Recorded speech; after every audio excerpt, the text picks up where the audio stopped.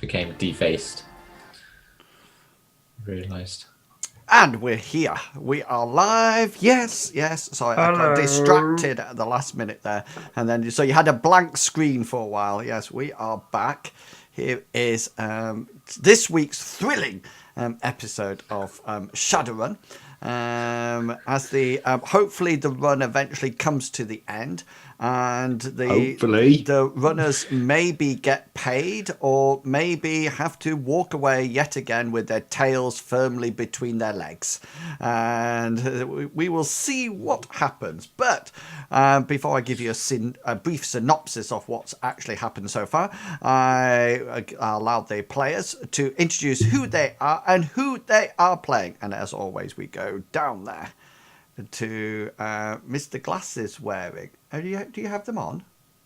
Yeah, they're up on my thing, like Studley's on his forehead at the moment. I'm going to put them down in a second. Excellent. So it's sort of like going from me into character. It's sort of like a transformation.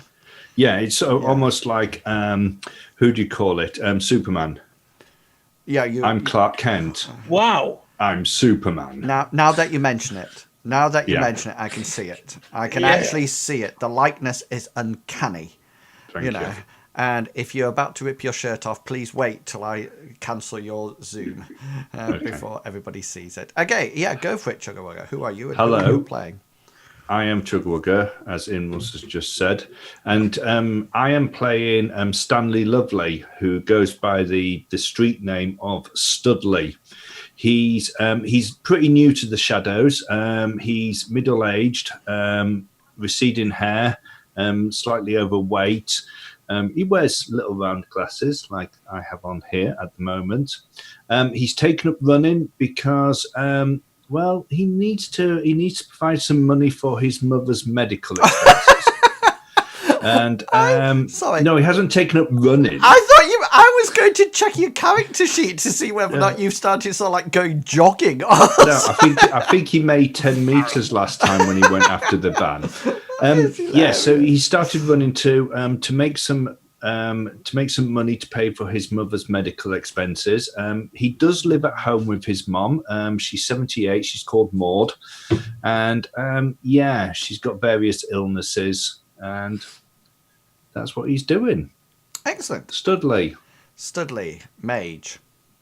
Combat specialization. Yeah, excellent. And underneath me we have Longshanks EPG. Hi guys, I'm Longshanks EPG. Tonight I'm playing Hector, the group's how should we put it? He gunslinging adept. So he's got a little bit of magic, but instead of like doing what Studley does and throws it at people, he channels it inside himself to enhance his own natural abilities and give him some cool special powers and that sort of stuff. Excellent. And next to that, we have the helmet-wearing Billy Bob. I am Big Beastie, and I'm playing the tank of the group, Billy Bob, the big, mean, killing machine orc. Yeah, you are actually. You are. Yeah. Who keeps messing about with my tokens? Leave them alone. or I'll I think reprimand it was. you. I think it was Billy Bob. I think it was Billy Bob. Excellent. So that's the party, and the party has had its ups and downs so far. And really and truly, what I would like to do with you, if you're watching the stream or on YouTube or the players, is that we're going off to the world of 2076. I think we're in, and this is an area of cyberpunk era when magic is possibly stronger than steel, where spirits walk on the astral plane to be confronted or controlled, and where the childhood dream of driving a car goes one step further as you are the actual car as riggers take to the road, where working out is no comparison to metalling out, as Billy Bob will agree with, and the internet has been replaced by the world of the Matrix, which filters into the very existence, and only deckers and technomancers completely control. And this is the world of Shadowrun, where these fearless trio try to desperately to make a living, completing jobs for Mr. Johnson, who is the person who hands out jobs to various runners in a hope to get completion within a specific time frame or in specific outcomes of the job. And the runners have actually accepted a job, a rather off-the-cuff job, of searching out the daughter of a rich family who lives. The players operate in a town called Metro, which is a homebrew town that we've been generating. And Northside is a rich area of Metro. And they got a call from two very rich parents wanting the players to track down their missing daughter, who had gone out for a weekend and of drinking, etc., and had not come back, and her comlink had gone dead. So the party set off. They checked out the house and found various clues there, then went on a rather extensive underground tube visit, which means that they encountered a huge amount of people, including the whole tube blowing up, killing several people, stunning several other people, and also meeting the person that they've heard about for a long time, but never actually met, which is Casper, who runs various entertainment establishments throughout Eastside, and is also sort of like expanding into Southside at the present moment in time. And they went off to entertainment establishment, a nightclub, for want of a better word, called the Sinner's Retreat. And they went in there, and after getting sloshed and dancing with various girls, they actually discovered that underneath Sinner's Retreat was some kind of holding cell that included beds and manacles and dead bodies. And the party decided that the girl that they were searching for may have been underneath here, since Studley had seen her being escorted out of the club the night before. Keen hot on the trail of this, as somebody came down into the cellar, they hopped out and encountered an armoured van, which Billy Bob promptly dealt with the trolls who were driving it. And it's all like, and there was a bit of combat, and then the group sort of like realised that they couldn't now actually follow the van, and so I think I'm right in saying that you headed off back to Southside. Yeah, so basically what happened, we had run out of leads, so we from one of the dead trolls. Sorry, I'm just redoing my World 20 because it crashed. So we got one of the comm links off one of the trolls. Okay. And in the hopes that Athena can actually hack it and maybe get us some more information of any calls that he had made, or if he had been anywhere, or if he had any files on the actual comlink. Whilst we were doing that, because we had to get back to Southside to actually hand that over to Athena, Billy Bob was also going to be picking up Rusty Rosie because we were in Northside without any form of transport. East side, probably, yeah. So, yeah, and Studley was going to use the time to go back home, sort his mom out, and wait for the call. Okay, and the time that we left adventuring last week apparently was 8 o'clock at night. Is that correct? I think it was just gone 8, yeah, because by the time we had arrived there, and we knew that the place was opening at 10. Okay.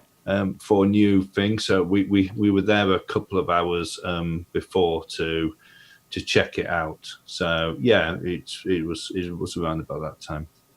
Fantastic. So you sort of like pick it up from that point.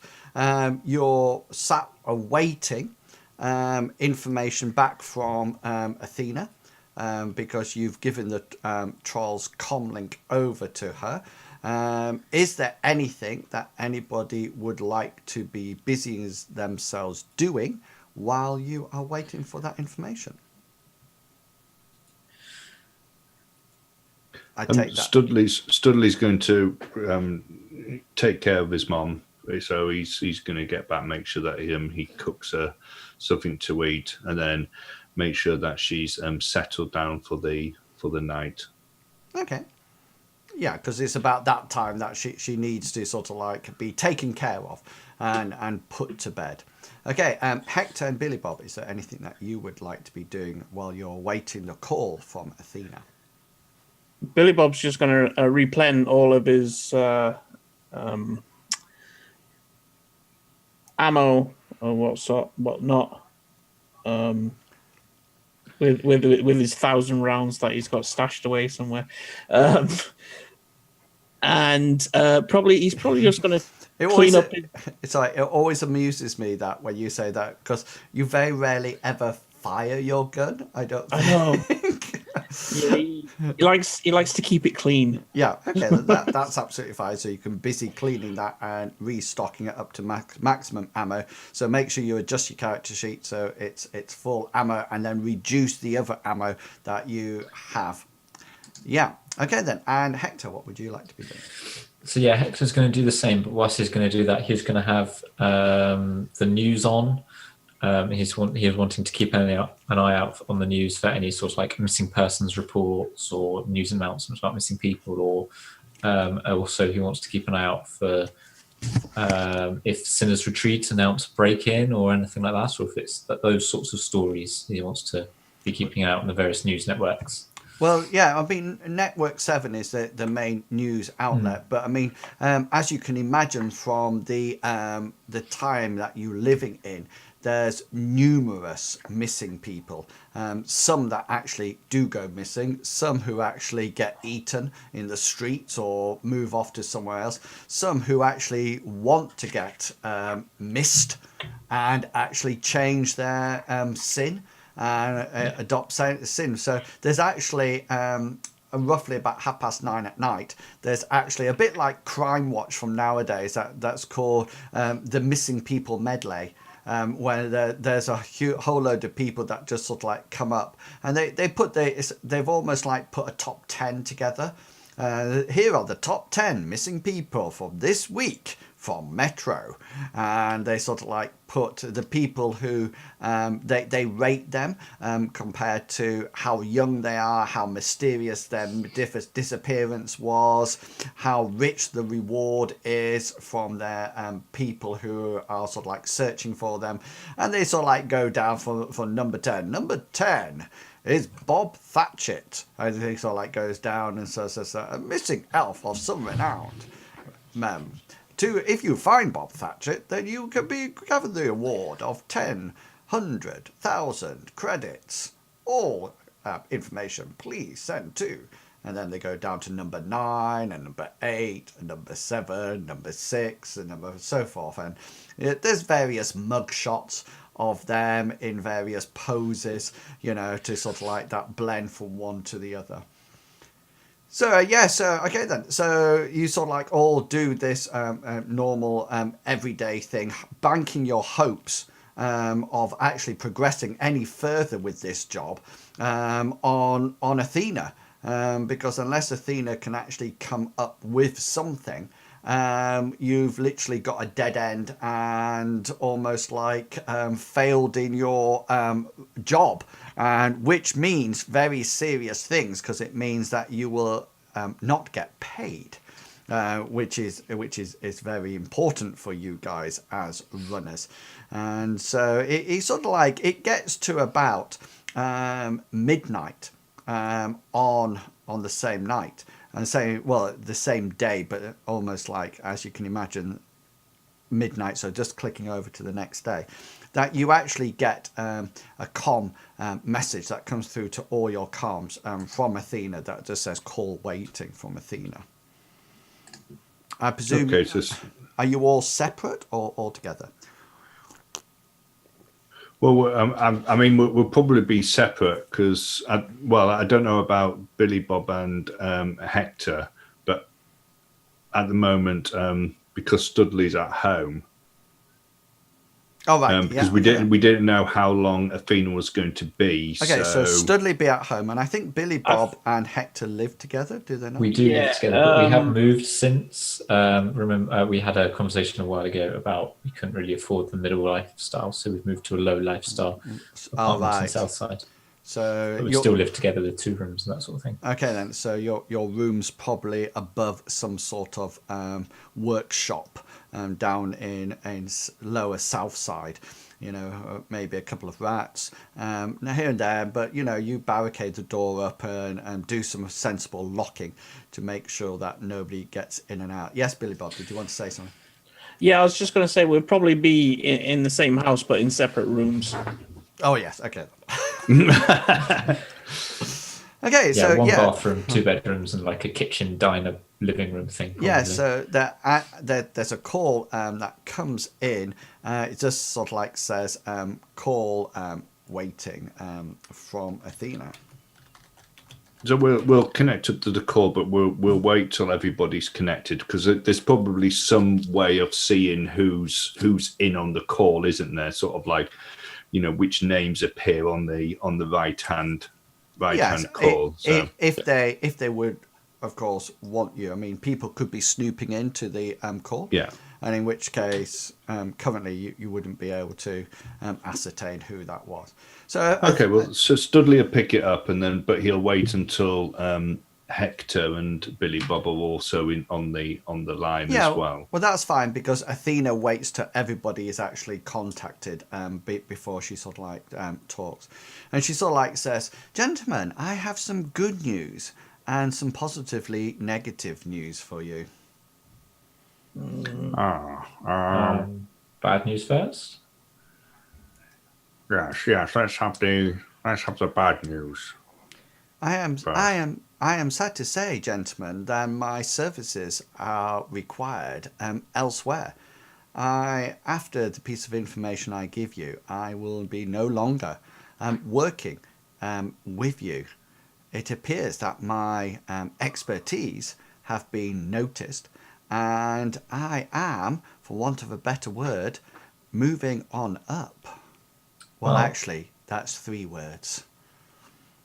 Well, we're happy for you. It's still sad because we've been on a few runs together and we seem to work fairly well as a team. She says. I hope they don't want a reference from us. Oh, no, not at all. She says, the reference has already been provided. And to be quite honest with you, I really need the money. There's some expensive gear that I need to invest in, and things don't seem to be going too well in our runs. So anyway, enough. I don't suppose by any chance that the offer that you received was from Casper, was it? Oh, Studley, my good man, you should know by now that a lady never reveals her sources. All I'll say at this point in time is that it is a significant increase in finance, and one that as you can imagine, with the amount of technology and high-tech gear that I need here on Olympus, I hope you can understand that money is a priority to me. Yes, I can understand that. Yes.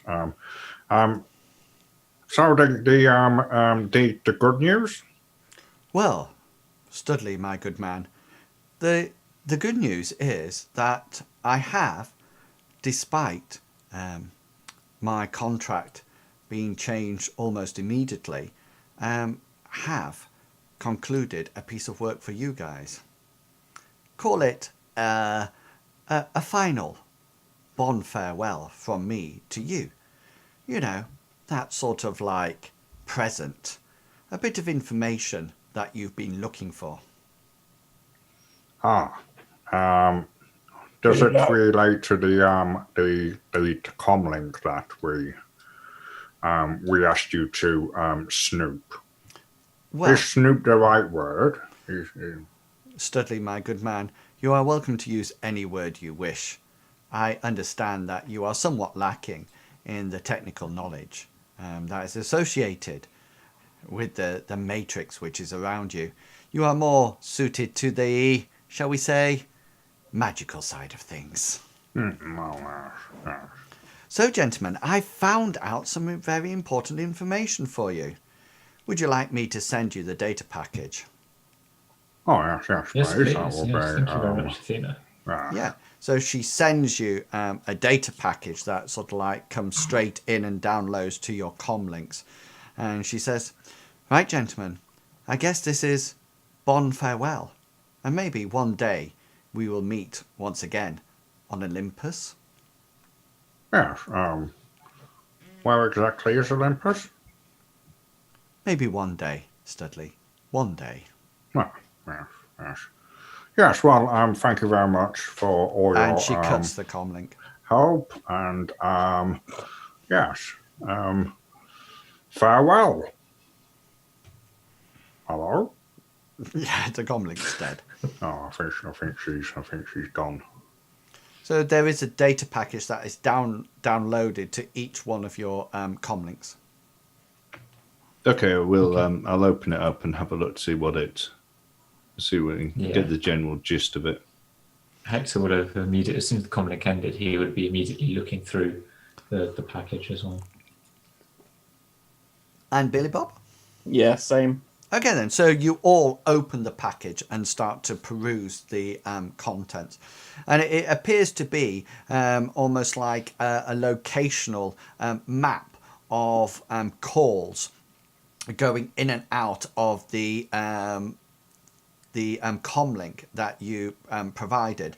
And of course, because the comlink was almost like dead at one end, its calls that are being traced to the comlink. So what Athena has done is kept an eye on that, and when a call has come in, she's traced it back to the location. And what she's done is that she's provided you with a map of Metro and plotted where these comlink calls were initiated from. And you can see them sort of like dotted around the place. There's quite a few around Eastside, and you recognize, you engage your MapSoft software on your oh no, you don't have one for Eastside. You can sort of like pick out that one of them is probably somewhere like the Sinner's Retreat, and then you notice that they seems to be dotted around the whole of Eastside, almost as if somebody's moving, so it doesn't look like there's lots of calls coming in from different people. It seems to be the same call coming in again, and the same number calling in again and again, but from different places. And that is all sort of like quite easy to read. However, there is one number that appears to be calling not from Eastside at all, and it's actually calling from Northside, and it's a call that keeps pinging or sending calls to the comlink. There's nothing there's no conversation on it because the call's not being picked up. It's just messages coming towards it, almost like calling a number. But naturally, Athena didn't pick up the comlink. She just monitored where it was coming. Well, what she did was trace it back to where it originated from. And you can see that it only ever comes from one place in Northside. And that's the only place that it comes from. Is there a way to see what the last call, what the last call to the location was, and be able to work backwards, or is it just a list of randomness? Well, I think the log that we have are calls that were coming into the person's Correct. Yeah.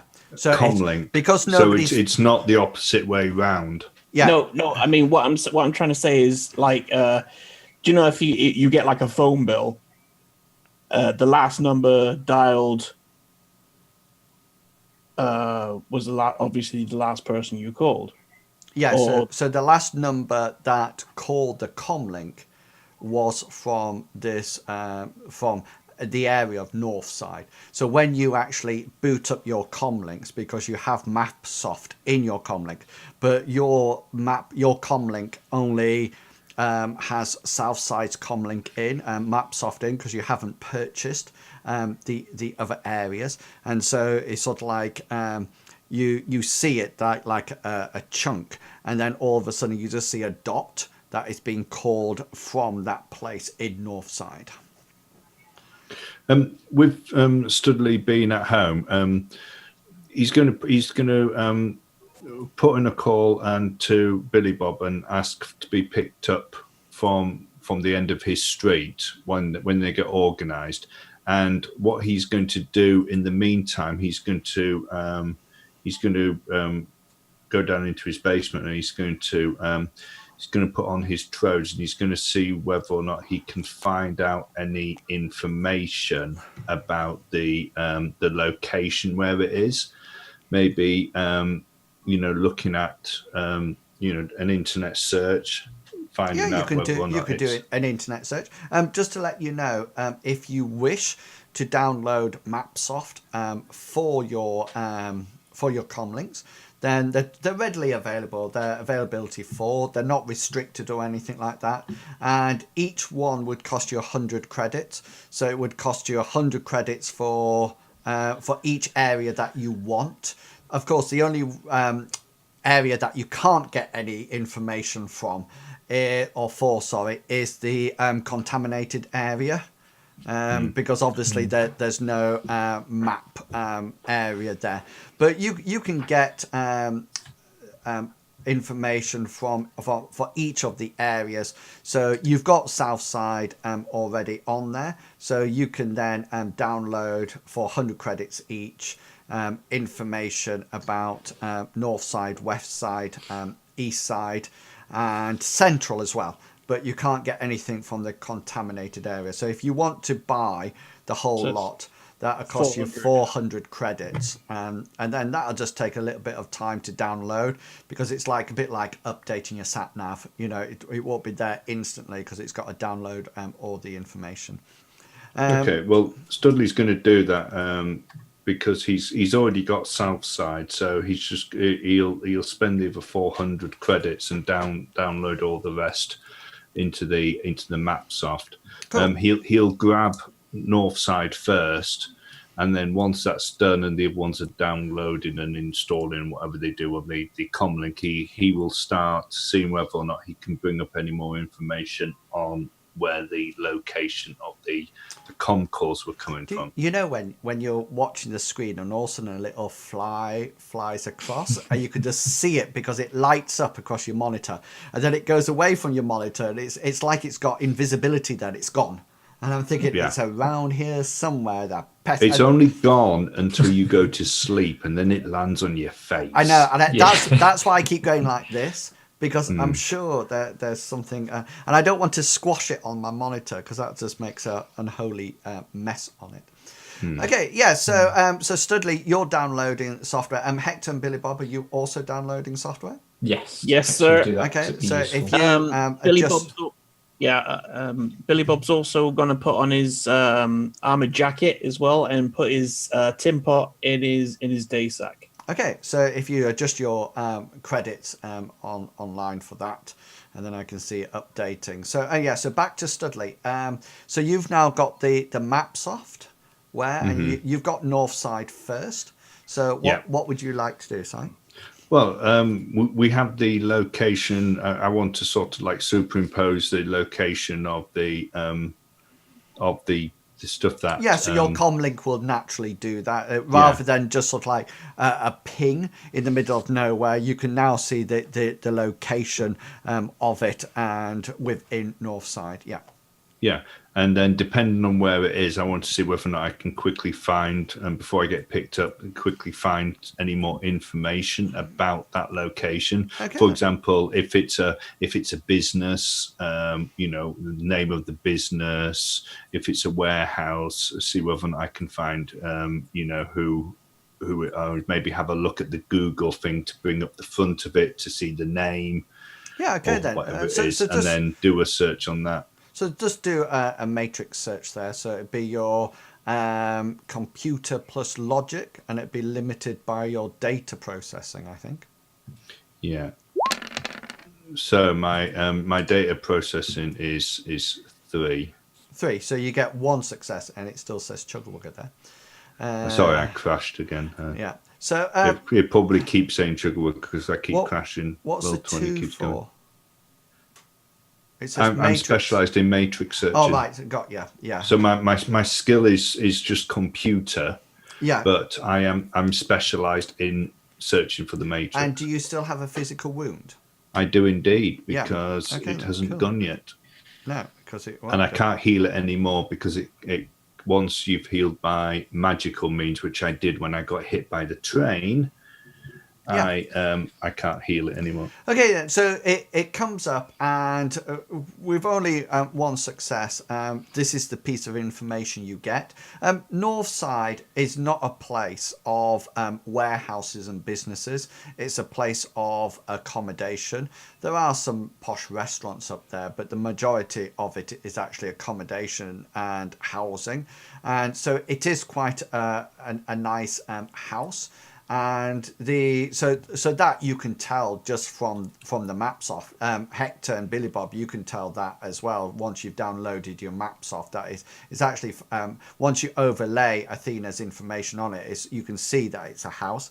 The information that you get in addition to that, Studley, is that it's actually a house, and it's actually up for sale. Okay.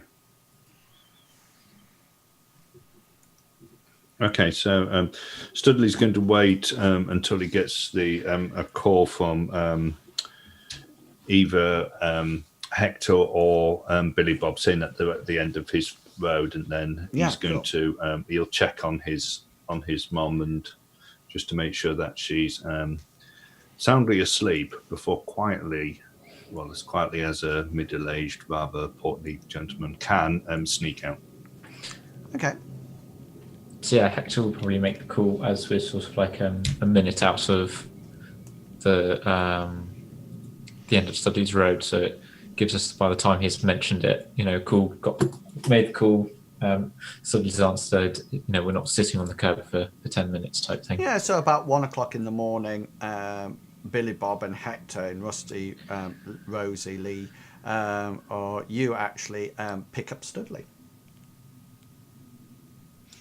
So Studley will get into the back, and he'll say, "So the house in question, which is in Northside, which you've probably already gathered from the information that Athena sent us.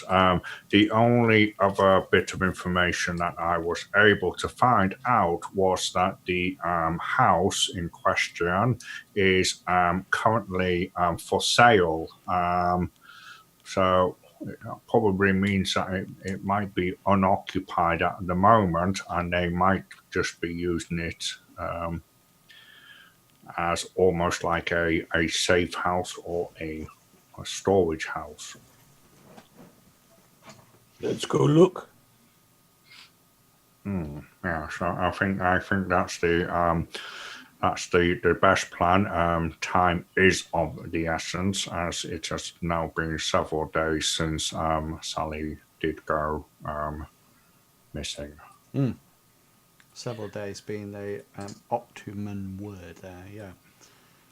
Okay, so is that Please be aware that if there are unfriendlies at the establishment, that we may have to question them if there is nobody else there. So yes, try not to kill everything in sight.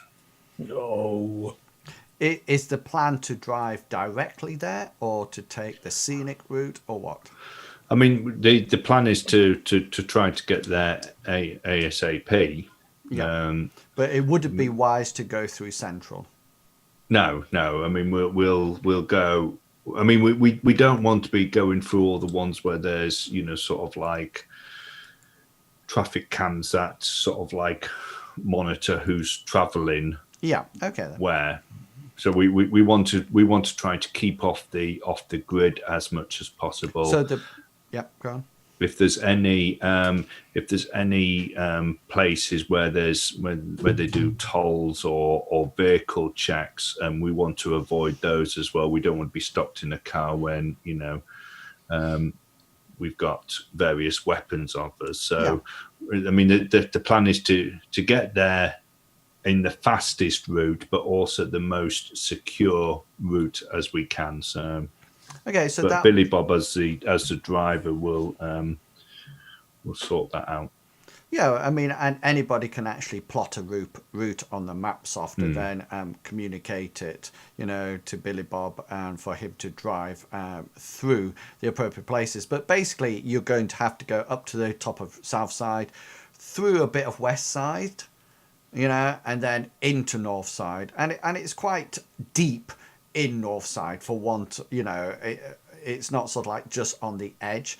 It's sort of like dead in the middle, but not in the middle. It's sort of like down by the border of Central. So you won't have a huge amount to drive. Is it another high class area? Northside? Is it Northside, sort of like Northside is extremely high class? Yeah.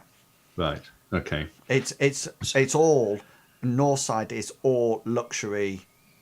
Lifestyle. And, so we can probably expect to have more police, law enforcement patrols, etc. Yes, most definitely. I mean, just out of interest, I'll just check it for you. I think the law level, law enforcers, the law level of Northside is 10. Right. Okay. So Is just that the highest? no, Central is 15. But just to let you know, so I'm rolling 10 dice, and I just need to get 2 successes or more. And if I get 2 successes or more, then basically, if, say, for example, somebody suspected that you were breaking into somewhere or saw you, then they would roll 10 dice, and on a score of 2 successes or more, law enforcers would be called. Well, something like South Side, Lower South Side, the law level is 4. So I would be rolling 4 d6s and trying to get 2 or more. Contaminated area has a law level of 0. So basically you can do what you want there. Nobody comes. Nobody comes. North Side is 10. Central is 15. And then the other thing that it relates to is how soon somebody will actually arrive there. So if you check out the response time, then in luxury residential areas, generally it's 1d6 plus 4 minutes before somebody arrives.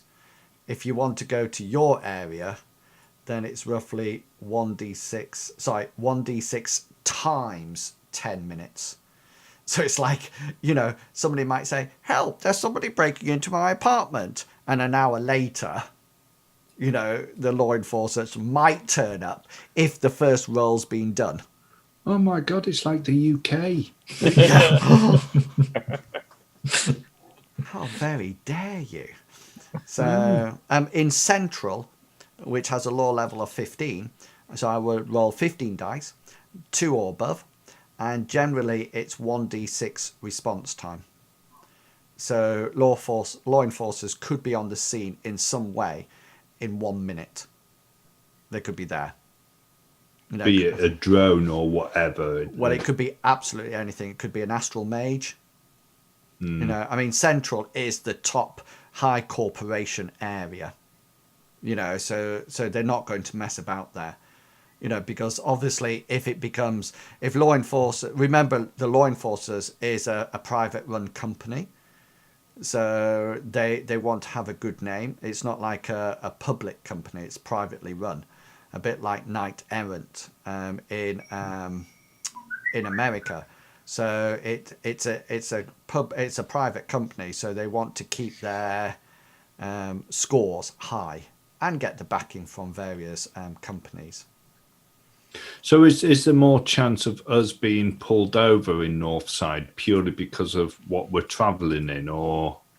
Well, I don't think just because you've got a rusty car, you're more likely to be pulled over. I think what's likely to happen is that you will be more suspicious and you will definitely stick out more. Right. Okay. Is okay, let's do this. Right. Can you magic car fancy? I can change certain aspects of the vehicle, but I do have to sustain it whilst doing it, and it is very very draining on me, both physically and mentally. I would probably prefer to save my magic for when we need it. I think if you drive carefully and drive without operating your comm, then we should be fine. Probably park a block away, and then we can head down, heading in on foot. Did you manage to sort anything out with your girlfriend in between when we were waiting for Athena to contact us? No. Oh. Well, you know what they say. Everything comes to those who wait. Is there parking areas in Northside? Yeah, Northside is the sort of thing that each house has a huge, expansive driveway that you sort of like move. It's just like it's a bit like going down the posh places in California and things like that. You know, it's a wonderful area for the rich and famous to live. So there won't be like a multi-story car park or anything. Oh no, definitely not. Definitely not in. But I mean, the thing is, if anybody's got roles connected to almost like knowledge of either etiquette or street skills or anything like that, then the chances are they might be able to decide where to park to make it inconspicuous. You know.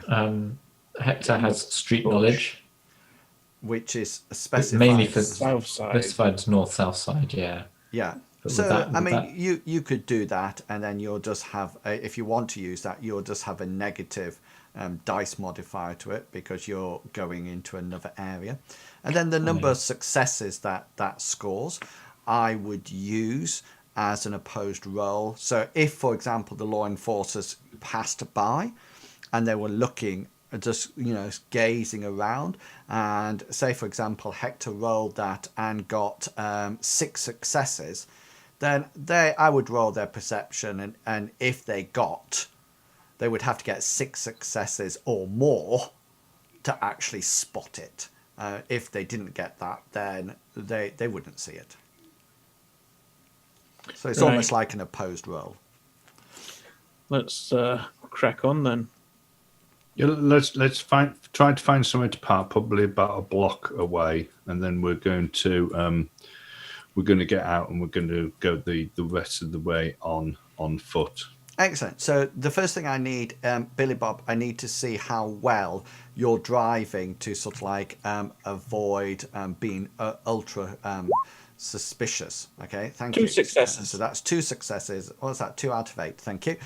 So you drive along, and Rusty Rosie is sort of like doing its normal self. Every now and again, there's a puff of black cloud out the side, and the engine is not that sort of like smooth running engine noise that you get from brand new cars. It's a bit like that rattling diesel that you get now and again, sort of like as it drives along. And there's a bit of black billowing cloud at the end, because you haven't really switched to a nice electric car with this. It's still sort of like cracking on carbon fuel, so hydrocarbon fuel. So it's almost like a bit of diesel happening. And then you arrive at Northside, and Hector sort of like has a look around and decides where the best is to park it. So if you roll your skill with a -4 dice pool to it.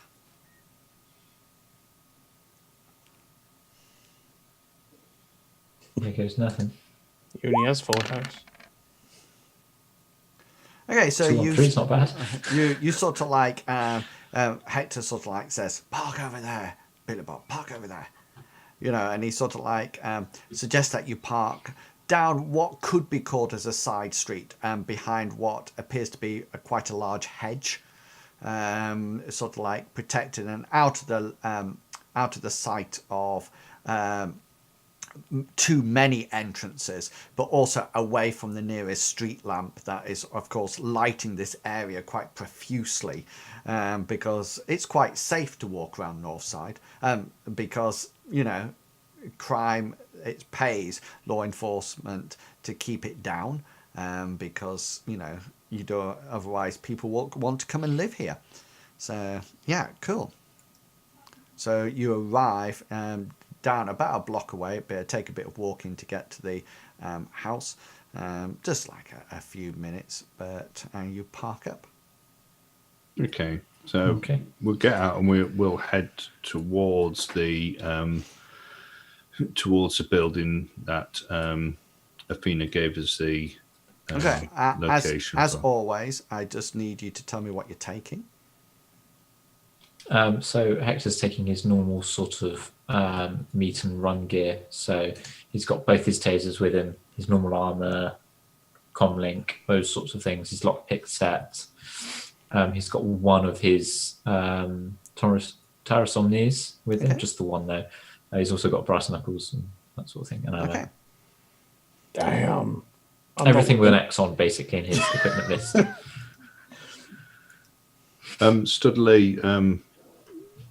Studley has his armor vest on underneath his clothing, but he's not carrying any weapon. Okay, so you're not taking your room sweeper with you? No, he's left it at home. Cool.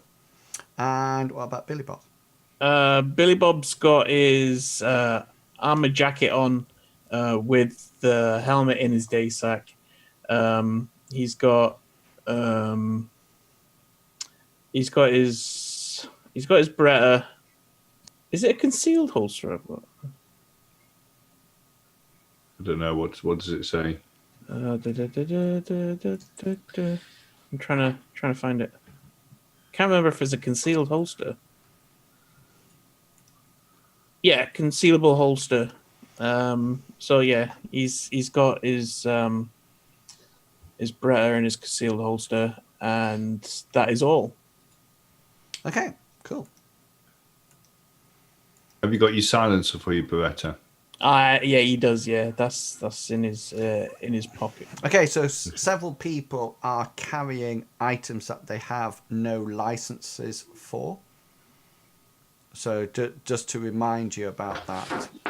So So if you were stopped, if you had forbidden items that you have no licensing for, then that would almost like mean that you would be escorted out of this area to a place of safety.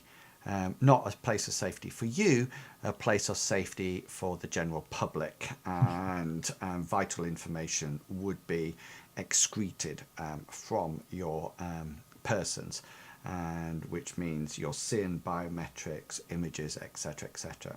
Okay, so with your decision what to take, what would you like to do? So we're going to head towards the building. We're going to stop on probably a corner just opposite it, and the first thing that Studley wants to do from there, he wants to switch his perception to the astral and see whether or not he can notice anything about the house, whether or not there's any barriers, whether or not there's any spirits. About whether or not there's any residue of any type of auras. Okay, so once you get, you sort of like all walk down together, this motley crew, this trio of strange-looking people walking down the road, and you get opposite the house, and you look across at it, and your AR sort of like picks up various information, and the house is actually for sale. The advertising is there. It's actually being sold by a company called Black Horse Down, and it has the price there, which is quite expensive, way out of your amount, your lifestyle cost at all. And there's a comlink number there to call, and then as you look at it, the for sale sign in AR, you notice that it keeps changing, and it brings up pictures of the inside of the house, and it almost like gives a virtual tour as people walk around it, so you can see roughly what it's in. And then you can see various comments that people have left about the house after viewing, and perfect for this sort of family, etc., etc. And then the price comes up and it says only this amount, exorbitant amount, and then for further information, please contact Black Horse Down, ask to talk to Margaret. And there's the normal 6-figure com link up there. Yes, Studley, roll your sensing roll.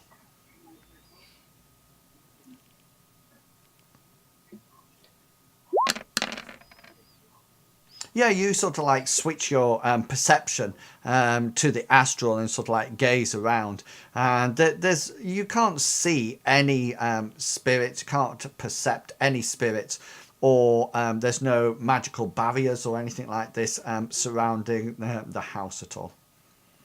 On the arrow things for the house, about the thing. Is there any one that you can sort of like click on to bring up the floor plan or anything like that? Normally when you look at a house on the internet nowadays, you can sort of like see the general layout of the inside.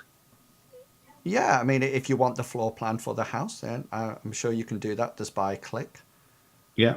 Well, I just wanted to see how many rooms there was, etc. And, 3 story, is it? I'll show you. I will show you. What time of the morning is it? It's currently 3 o'clock in the morning. So there's not going to be many people about. No, we still need to sort of like try to avoid. Yeah, I understand that, but I'm just trying to get a gist of a nice neighborhood, quiet night. Most people would probably be in bed sleeping, getting ready for work or whatever. So this is the ground floor. Happy with that? Look at the double Minecraft bed. Mm-hmm. And this is the second floor. Okay, so it's a 2-story building, right? Okay. Yep. Yeah, and Hector will try to. Because he would have also clicked on it, would have been looking at it, he would have followed the tour and he would be trying to get a gist of how the house sort of like was laid out. And do you wish to download the file? No. Do you have to download it to view it, or just view it? Well, you can view it, but if you wanted to look at it further, then, I mean, once you come out of AR, because otherwise you're going to have -2 to all your rolls. Yeah. Once you come out of it, then it's gone. But if you want to use it to overlay on your heads-up display, then you'll have to download it to have up there. No, he wouldn't download it. He'll just try and remember it as much as possible. Okay. So is the house where it's situated? Can you only is there a driveway, or is there a gate that also heads in up to the back? Yeah, way, there doesn't seem to be any sort of like major gate. It just seems to be a drive up to the house, and then that's it. Oh, okay. Okay. But walking down the street a bit and having a look at the other side, is it another house backed onto it, or? Well, you'll have to go. I mean, you can just see the front of the house. You can't see behind it at all. So you would have to sort of like go back round the opposite side of the block to see what's actually on the opposite side of it. Okay, so before we go into the front, we'll sort of like go down there as well and have a look. Okay, then. So these, as a trio, you all sort of like walk down, down this sort of like open road at 3 o'clock in the morning, and you also like go down to the other junction, and you sort of like walk round the side of it, and then you notice that you can still see over the hedge the top of the house, and it looks like there's quite an extensive grounds at the back. As you walk, and there seems to be a hedge right the way round it that sort of like encloses the gates, the garden area or the grounds behind it, and then it backs onto another road. So if you imagine it, it's road, and then the house is in the middle with the grounds next to it. And you can see from when you're at the front, then there's another high hedge that goes on to the next property. Okay, so there's no gates to get into through the back of their house. No, it just Right. well, this is a hedge. Yeah. Okay. Right. In which case, we'll walk back around the front. Okay, so you now walk back around the front. You're a lot of the time in sort of like public view if anybody was watching, any security guards in the houses, any cameras that were around, that would be quite obvious now. And you sort of like walk back around, all of you together, an overweight plumpish man, a gunslinger, and an orc with a handbag, and you sort of like walk back round to the front. I suppose the only thing left to do is to move our way up towards the house, up the drive, going as carefully as possible. Yeah, I mean, well, Billy Bob and myself, we can't move silently. There's no lights on in the house at all that we can see. No, not Looking at all. at the front. No. Are the shutters open or closed, or? Well, most glass in 2076 is reflective glass. So there's Right. windows, but you can't see in because they're reflected outwards. Okay, so to get off the street, we're going to head up to the front door. Yeah, I think you can sneak, can't you? Everybody can sneak. It's just that you have a minus. Yeah. You just have a minus Yeah. to your roll. Yeah. So it's a bit like standard skills in Mithras. You can do it. It's just that you might not be very... No, minus Yeah. one, sorry. -1 to your roll, isn't it? Yeah. Yeah, cool. So you sort of like go up the massive driveway and to the front of the house. Is there like a path on the side so that we can go round? Yeah. Because it sounded like the actual front of the house was very much in view. So if we can actually go down the side of it and head round to maybe a door at the back, that people wouldn't be able to see us all that much because of the high hedge. Yeah. You can go around the back by all means. Okay. Is that the plan? Yes, that is Yes, the pen. definitely. Okay. As you just walk around, could you all make perception rolls for me, please?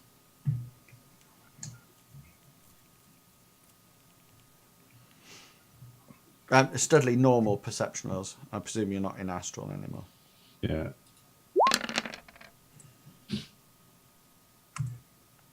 I was going to say, going around as well. Billy Bob wants to look out for things like cameras and security lights and stuff. Yeah, well, I mean that's what we're rolling for. So as you walk around, you do see several cameras. There's one on each corner of the house, and as you get close to the house, your AR springs into action. So it sort of like comes up on your heads up display, and it sort of like says, "Hello and welcome to this property. This property is being sold by Black Horse Down.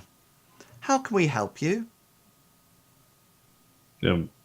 Studley's going to disconnect from that bit of the AR, so he's going to turn that bit off. Yeah, so it just goes. You can just sort of like switch it over and pop it in the bin. Mm-hmm. Yeah, Hector will probably turn his AR off completely for the moment because he doesn't need it. Okay, so you're turning it off altogether. For the moment, AR, yeah. Okay then. So you would have to turn your comm link off if you want to get rid of it altogether, because there's a whole load of other things that actually operate via that. You know, for example, you don't have a smart gun link, don't you? No. But for example, Billy Bob's will work on AR as well. But you can turn it off. That's fine. Okay, so you sort of like walk around and Billy Bob, you still hear, "Welcome to this place. This is a really nice place. You welcome. Please do not be upset by the high figure of the asking price for this luxurious house. It is well worth it. Previous occupants state how lovely it is and how well they felt at home at this location." Yeah, Billy Bob's going to turn that bit off. He's going to do the same, delete that bit.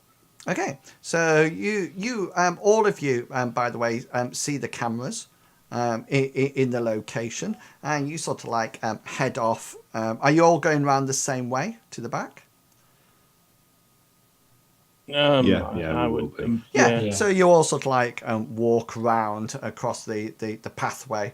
It gets a bit gravelly round the side, and you can see all the reflective windows as you go round, and then eventually you come to the back of the house.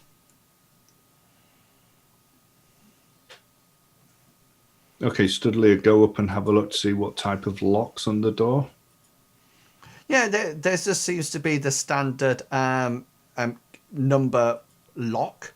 There's a double door at the back, and that seems to have the normal keypad, to open it up. There's two little windows, reflective windows by either side of it, and then there's two bigger windows down either side of that. Hang on, I'll show you in a second. I need to do that.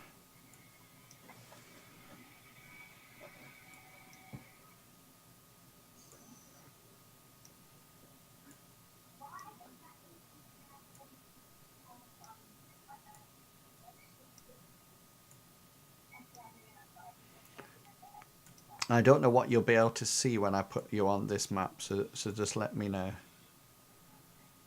Not a thing. At the moment, there's there's something at the top. Just right up at the top, there's sort of like, I think that's what it is. It looks like two windows. Can you see the doors? Two doors and two little windows at either side. Yeah. Yeah. That's what I can see as well. So you should be able to see. So I'll just ping it. So this is a door. Mm-hmm. This is a door. And then this is a window. Window there. And then big windows either side. And this is a rabbit. Okay. But all the windows are that funny glass that we can actually see through. Okay. Correct.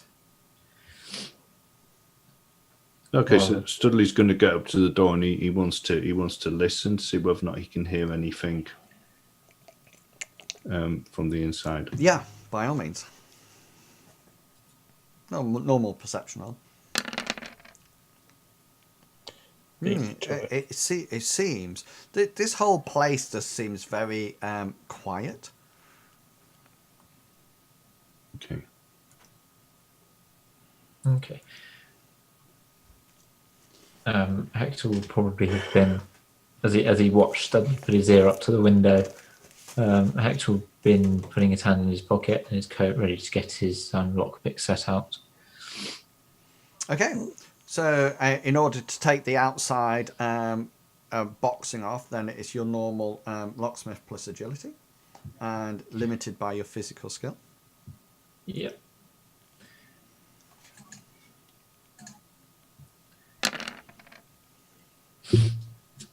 Three successes. Yeah, you sort of like start to sort of like chip away at it. This looks a good lock, and after about sort of like 5 minutes trying to take it off, it's still quite firmly in place. You could try to break it off, or you could try again. Yeah. So he'll try picking it again first. Just he wants to take it off. Yeah. Yeah, he wants to take it off, but he doesn't. If he wants to, as he takes it off, he wants to check to see if there's any wires on it, like for booby traps. Yeah, so that'll be your second roll once you get it. Once you get it off. So remember now, you'll have a -2 to this roll because it's the second time you're doing it.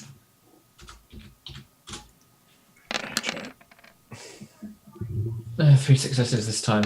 He's probably.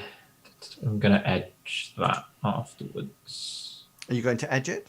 Yeah, so I'm going to use another 3 dice. Okay, go for it.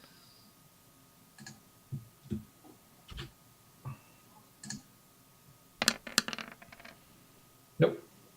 Yeah, you for like another 5 minutes, you're busy checking away of it, and you, Billy Bob and Studley, you see him sort of like messing about with this lock, and still the sort of like the outside layers still quite fixed in place.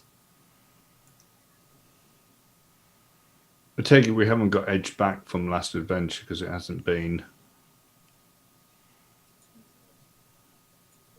Hasn't been what? We haven't had a long rest. I'm quite happy for you to have your edge back. That's fine. Hector, you suddenly, apart from those that one that Hector's just used, you suddenly realise. I mean, this is a high-end place. These locks are not just going to be, like breaking into a low lifestyle place. This is a high-end thing, luxurious place to live. So it's not going to have really basic locks that you just sort of like, they're going to have quite a high rating. Okay. So yeah, Hector's going to, having tried a couple of times, for the last 10 or so minutes trying to get in, he's gonna give up and sigh and say, I can't pick this lock. It's well beyond me. We can try and break it off, or we can try and break the window. Or force the lock. If we manage to get the casing off, are you going to be able to? Are you going to be able to pick the rest of it, or? I'm not sure. As I said, it's a pretty good lock, and I'm not used to these sorts of locks at all. So. It's debatable. Right. I can give it a go. We can do that and see. Okay. Smash it off then.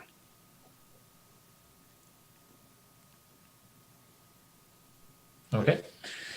So yeah, Hex is gonna look at it and then try and work out what he's carrying that can best because he just wants to sort of like essentially, instead of trying picking the lock off, he just wants to sort of like take the casing off. Yeah. So roll your what are you going to use? That's what he's just working out. And Have you got something like a knife that you might be able to prise underneath the casing, maybe, and get it off that way? he's gonna give it a go. Or He's maybe gonna- a butt of your gun, which you could maybe whack it with. Or Or a failing billy bob. that, I'm sure we could find a rock or something from the garden that you could whack it with. Hector's going to look at it and then suggest that Billy Bob uses his hidden blade to like try and pry it off.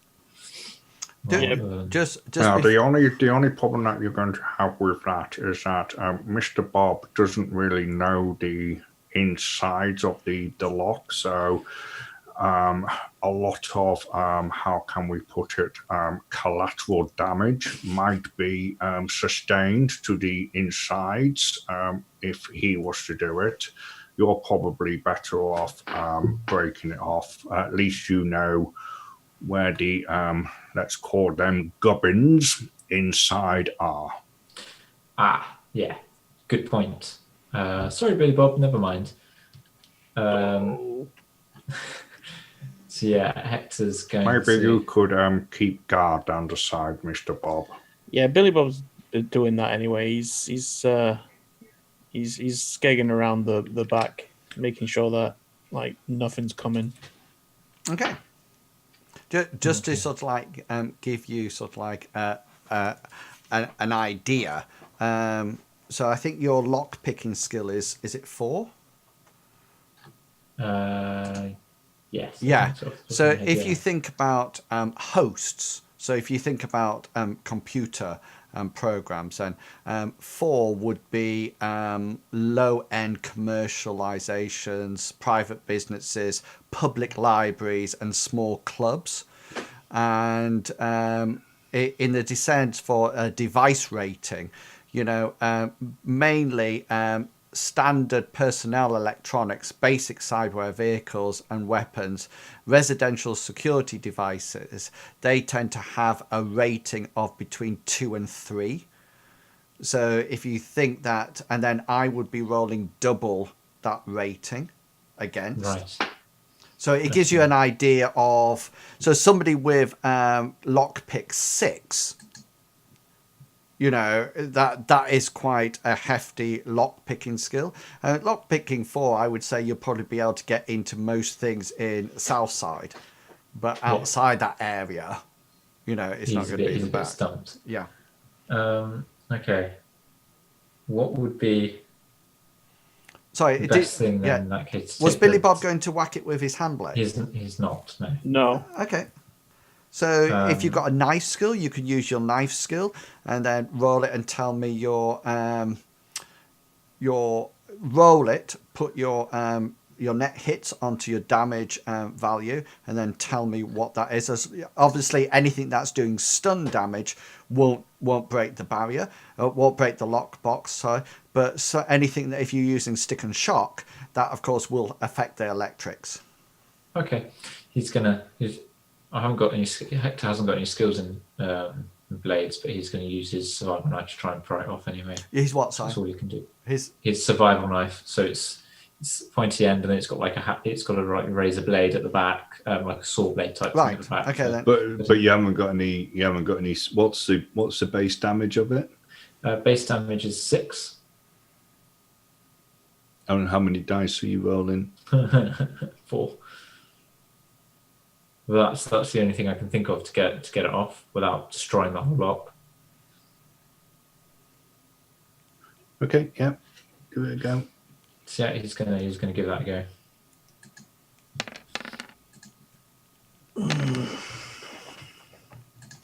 Okay, so you sort of like start wedging this knife underneath. So that's what, 7p?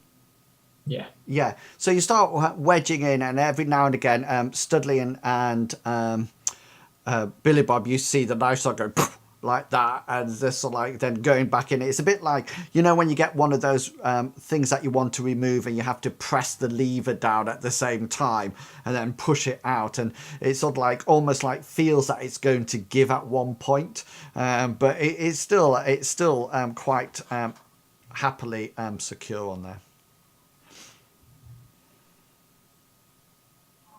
Okay, Studley will say to Billy Bob, okay, smash it off, but try to be as careful as you can. Right. So Billy Bob's just gonna try and like hit it. Okay, go for it. So you need to roll your hand blade skill. Oh, okay. Just like a normal attack roll. 4 successes. Yeah, so he sort of like goes, he sort of like almost like gets his hand blade, and with quite surgical precision, he sort of like pops it in and pops it off in one fair swoop, and the barrier, the box sort of like goes to the floor. You do notice that as it falls to the floor, it's actually snapped in half, so it's not something that you're going to be able to put back onto it. You've actually broken the outside casing, but you can see inside the lock now. Okay. Hector wants to have a look at it to see if he can see if there's any other temporal alarms, and then he wants to try and open the door. Okay, so There's no locksmith plus agility as usual. And Billy Bob's going to go back on guard. Sorry, there was no minuses to that, was there? Oh no. It says, yeah, it doesn't look like there's any tampering devices on it at all. Okay, in which case he wants to try and open the door. Just Okay, like short circuit it so so it opens the door. I need an extended test now. Yeah. So it's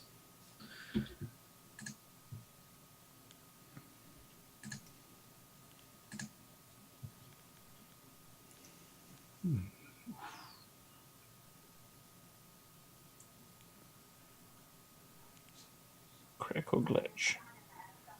critical glitches on the last one. Yeah. So what Well, I it's- do now, just so you let you know, so I know what double my rating is.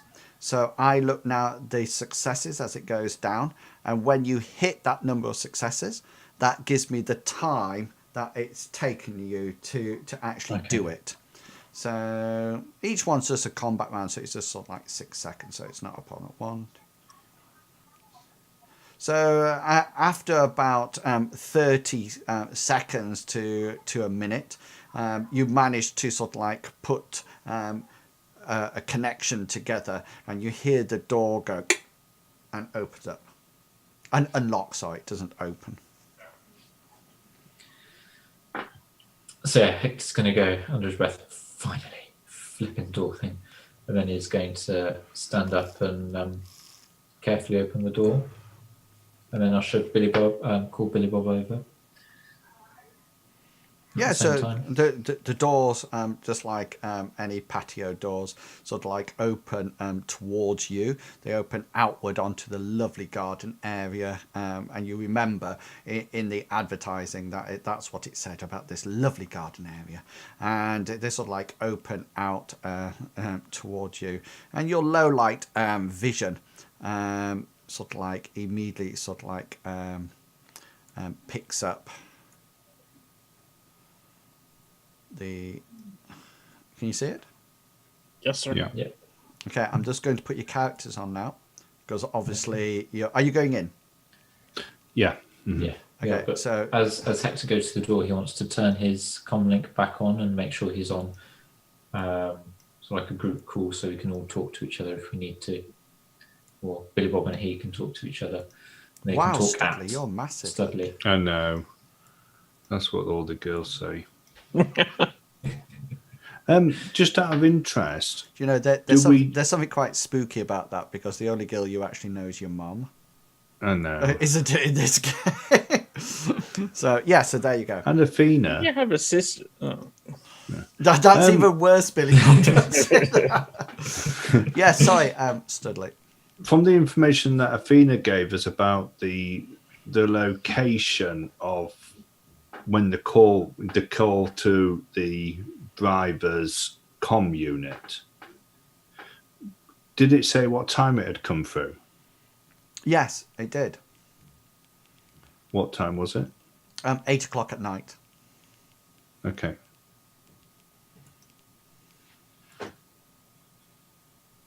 Right.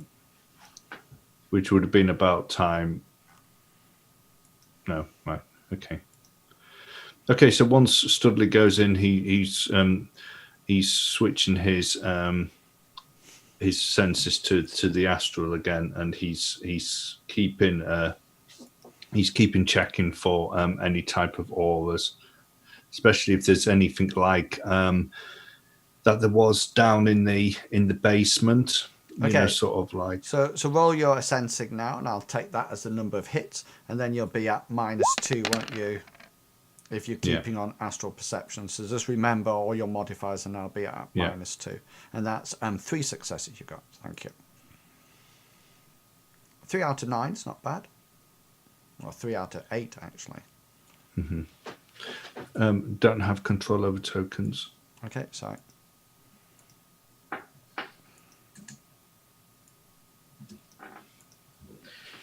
That should be Hector's done. Oh, thingy. Yep. That should be Studley's done. Yeah. And Billy Bob, that should be yours done. Yes, sir.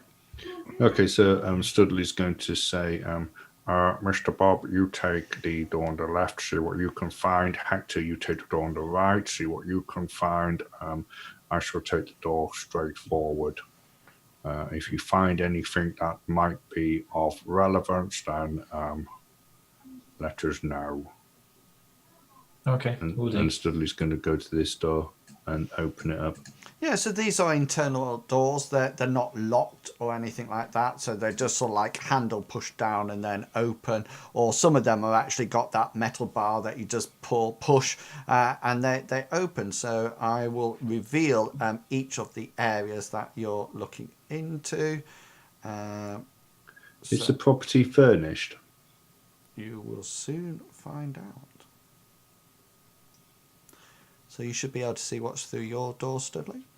Yeah.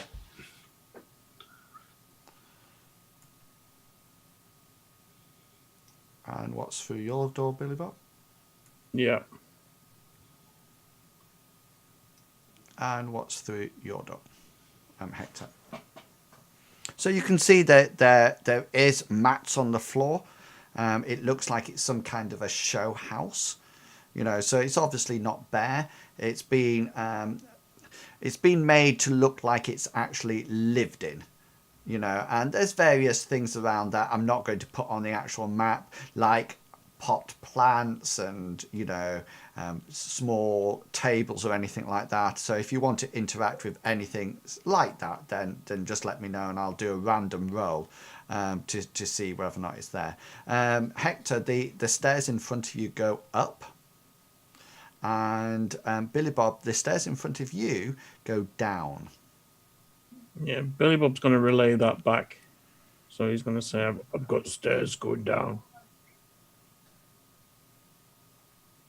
Oh, well, if you were looking at hiding maybe anything in a show house, and you didn't want anybody to see them, then a basement would be a very good and logical place to hide an individual. So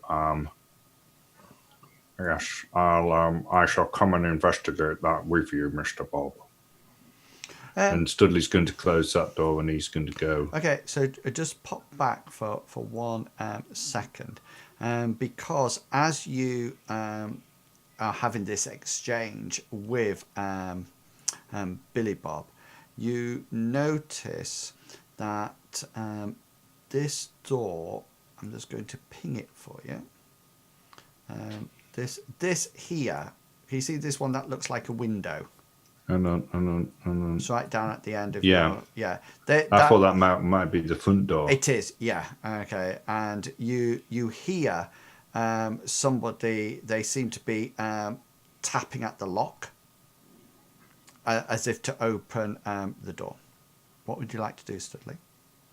Studley wants to close the door that he's currently just opened, and he wants to motion for the other two.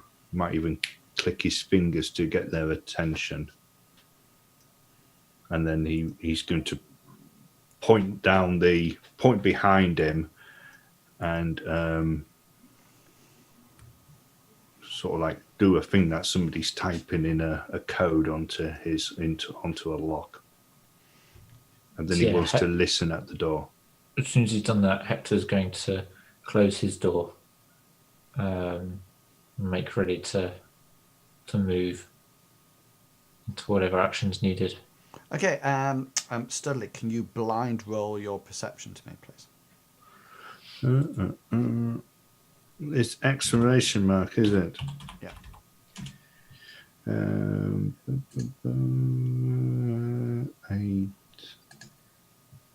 What do you want me to do about my situation modifiers, etc.? Should I take them off for you? If you just roll your perception, so just do your perception plus your intuition, isn't it? Yeah. Did you blind roll it to me? No, I'm doing it now. So, yeah. Sorry, I just saw your sensing roll comes up. But take off your wound penalty because you know you've actually got and that. my sensing thing. That's what I was Oh doing. yes, a so minus this 2, is, yeah. Yeah, so this has got both of them. Yeah, That's what I was asking. So this should be minus 3, yeah. Okay.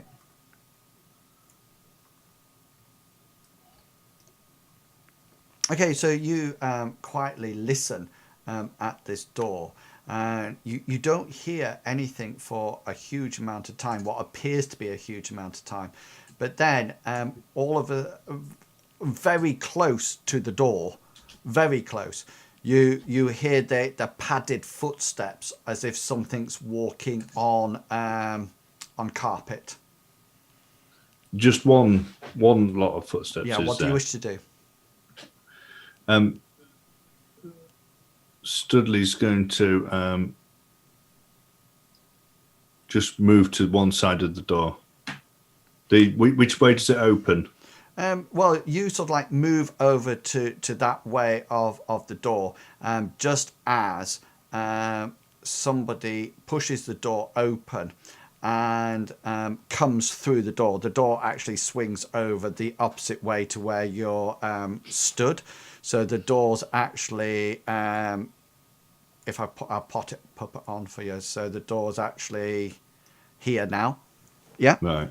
And he sort of like comes through, and he's sort of like the first person he sees, Billy Bob, is you, and he sort of like says, "What you doing here?" And we can roll some initiative. Hang on, just let me clear my. At which point, Billy Bob turns around and says, "House tour." Anyway, if you wish to do that on your first action, then that's absolutely fine. But let's roll some initiative first.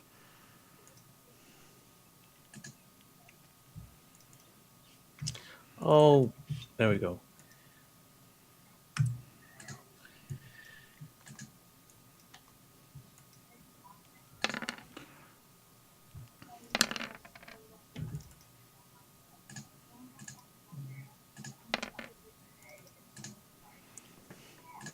Okay, let me just reorganize this. Okay, is that everybody? Yeah, that's everybody. So, Hector, you are first up. What do you wish to do? Has the security guard seen me yet, or not? That's what he wants to try and work. From the angles, can I see the security guard, and can he see me? Is what I'm asking. Right. Well, what we normally do with that is that we draw a line like that. Right. Okay. So if you draw a ruler line from the center of your character to the center of his, if it passes through the door, then he's actually got a bit of cover. You could probably, you've heard him, you know he's there, but you don't know whether or not he's seen you. Right. Okay. Well, Hector's going to take it that he hasn't seen me, and he wants to sort of like try and move stealthily behind the door like that. Okay, yeah. So while you're sneaking, Billy Bob, you're up. Billy Bob's going to turn around and say, what are you doing here? Okay, cool. Does my specialization for sneaking count? I'm specialized in urban sneaking. And isn't that streets? Okay, Isn't that's it fine. going around streets rather than houses? That's fine. Right, Studley, what would you like to do? Can I have a bit more information about this guy? Human, I take it. Are you spending your action perusing this guy? Yeah, I will do. Yeah. Rather than saying, is he human? Is he dressed in is he dressed in a business suit? He appears to be suited, and he appears to be human. Right. Okay. He doesn't have any insignia on or anything like that. Make a perception roll. And is he armed?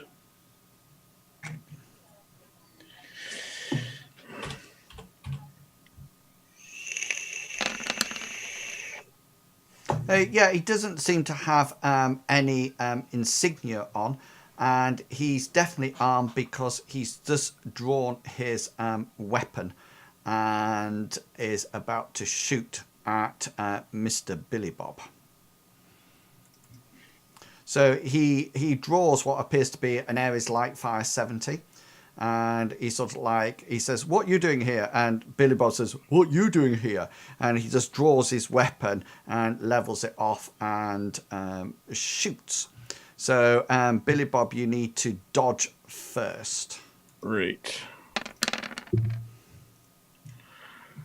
Dodge.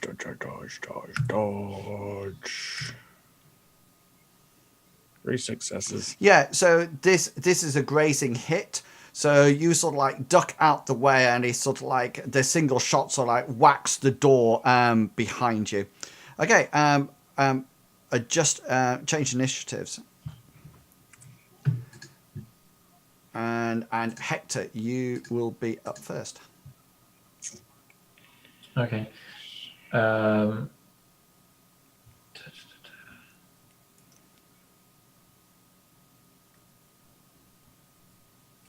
Hector wants to draw his taser and then just like pop around the door and shoot him. Okay, so he's going to move to here and draw his taser and shoot. Okay then. So you ready your weapon, and then you come round and you shoot. Go for it. Yeah. There you go.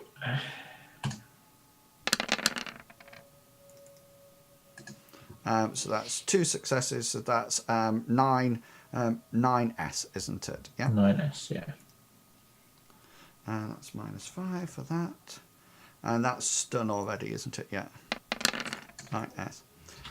Yeah. So you come round it and you release your taser straight into the guy. It hits him squarely in the chest, and the guy shakes for a bit, and of course he takes 9 stun from your weapon. Billy Bob, you're up.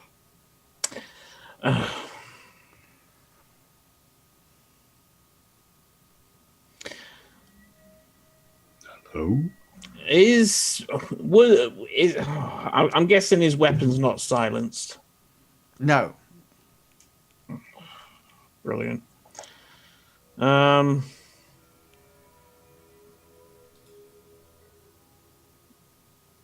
yeah, Billy Bob's just gonna pull his weapon.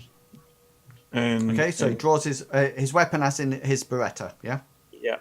So you draw your weapon, simple action, and then are you firing, yeah? Yeah. Cool, go for it.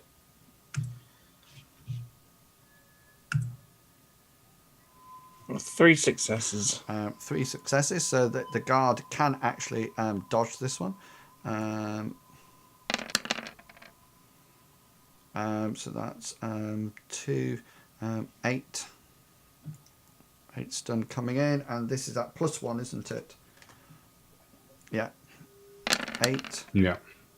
8. Yeah. So this you sort of like fire off your shot, and your Beretta fires into the guard as well, and he takes another stun damage, and he sort of like falls forwards onto the floor. He appears to be unconscious.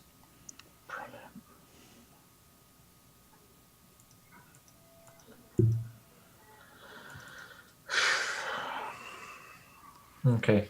Hector, as soon as Billy Bob's taken his shot, Hector sees the guy go on the floor. He wants to put his taser away, move over to the security guard, pull him more into the room to close and then close the door behind the security guard. If you ping where you want the security guard, then I'll move him there. Sort of there for the moment. Okay. There he is. Then he wants to close the door. Yeah. And then as he's closing the door, he says to Billy Bob, take his gun and search him. Or move his gun away from him and search him. Okay, so this door is now shut. Should we not have somebody in the corridor? I was just about to say to you, currently, although you can see that corridor, remember the door is shut. So if anybody came down it, your passive perception might pick him up, but that would be it because nobody's actually looking. Yeah, someone guard the corridor and maybe go to the door, see whether or not you can see through the window on it, see whether or not there's a car parked outside, or whether or not he's alone, or. Okay.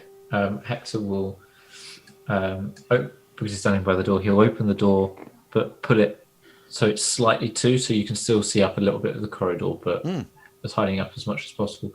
And then he wants to move quickly down the corridor, but at the same time, sort of like as quietly as he can. Did you want to check the corridor before you move into it? Yeah. So yeah, in which case you need to roll me a perception roll, please. Okay. Perception. Okay, thank you. Yeah, and the corridor appears to be empty. So you can move to where you would like to be on that corridor. Is the door at the far end open or closed? Sorry. It's closed. It's closed. Yeah, so Hector's going to sneak up to the far end of the corridor. Okay, roll your sneaking. And then... Yeah.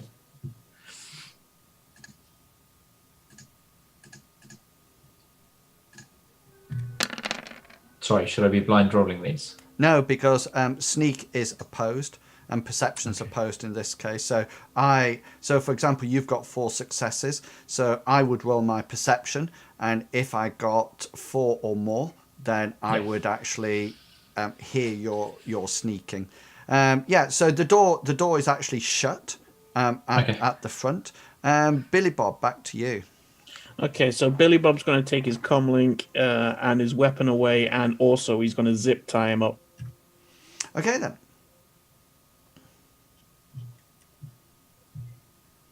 And what are you doing with this weapon? Are you taking it with you? No, I'm just like kicking it away. I'm not touching it. I'm just kicking it, moving it away from him. Yeah, cool. And pretty much the same with his comlink. Just I'm going to take that off him. Yeah, you'll have to touch the comlink to take it off. Yeah, I understand that. But I'm going to move that away from him so he can't. If he ever comes around, he's not going to be able to touch it. Right. And zip ties. I'm going to zip tie his hands behind him, and his feet. Okay. I must have missed that. You know when I asked what you were bringing with you? Oh, they're in the day side. All right, yeah, all right. Then I haven't got them with me. Then okay, never mind. You could probably tie him up with something that is around if you wish. Right. Yeah, it'd do that then. Okay, cool. Sorry, it's just all this stuff was in the day in his day sack. Yeah, and that's why I say, so we know what you're taking and what you're not taking. That's why I say, tell me what you're taking, so I know.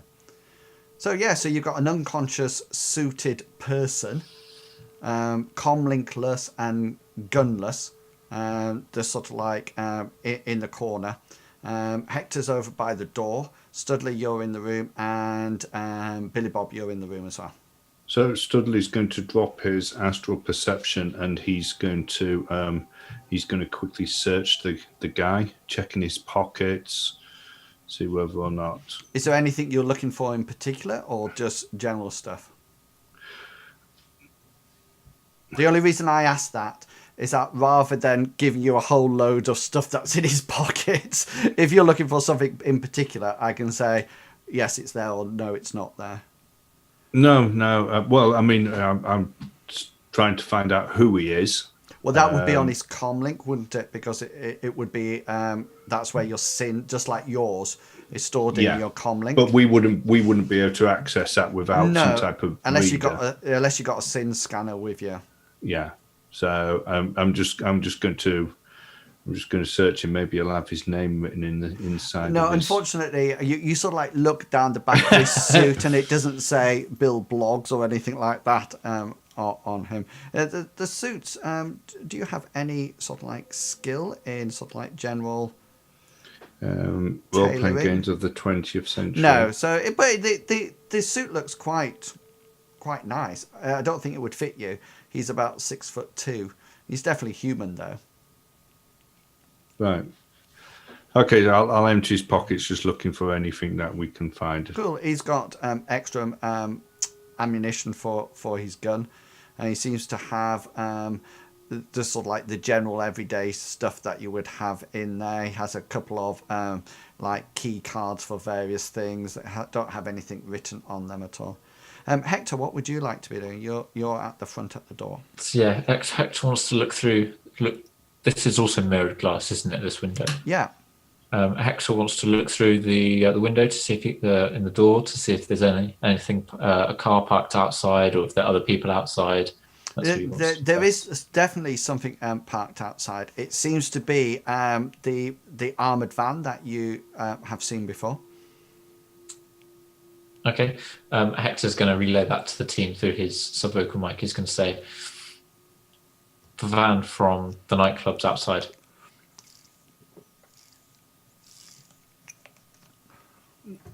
Okay, so there's nothing on this guy. No. Okay, so Studley is going to head through this door, and he's going to head round, and he wants to be heading down into the basement. Yeah. Billy Bob, just make your military army roll. Or you can either, it's up to you. You can either do your military army, your security companies, or one of those. It's up to you. I don't mind which one you do. Just before you head off, Studley.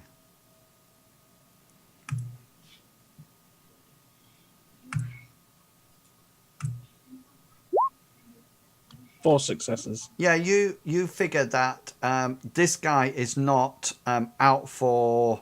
He's not like a normal guard or something like that. He's obviously set up to do not undercover work, but not public work. So he's not sort of like the estate agents that's walked off the street.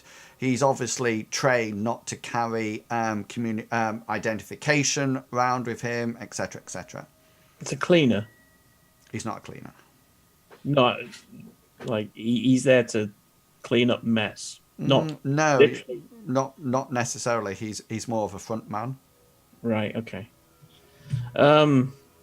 Billy Bob wants to go have a quick look out these windows, making sure there's nothing coming around the back before heading down the stairs. Okay, yeah, so make a perception roll out the back. Okay. Whilst that's happening, Hector's going to be relaying any other information you can see out the front, and it's also going to say, successes. do you want me keeping an eye out up here, or do you want me down in the cellar with you guys? Billy Bob, you see nothing out the back. Studley wants to get down there as quick as possible because he knows what area he's in, and he knows what, from what we were saying in the car about the law enforcement in this place, and with 2 gunshots just going off, he thinks there's time is definitely. of the essence at the moment. In that case, without hearing your response, Hector's going to move away from the front door, and he wants to go back down to the main room where we started, and he wants to sort of leave the door a crack, and he's going to be peering through that, and he's just going to keep an eye out and keep an eye on the guards and behind them as well. Okay, let's sort this out then.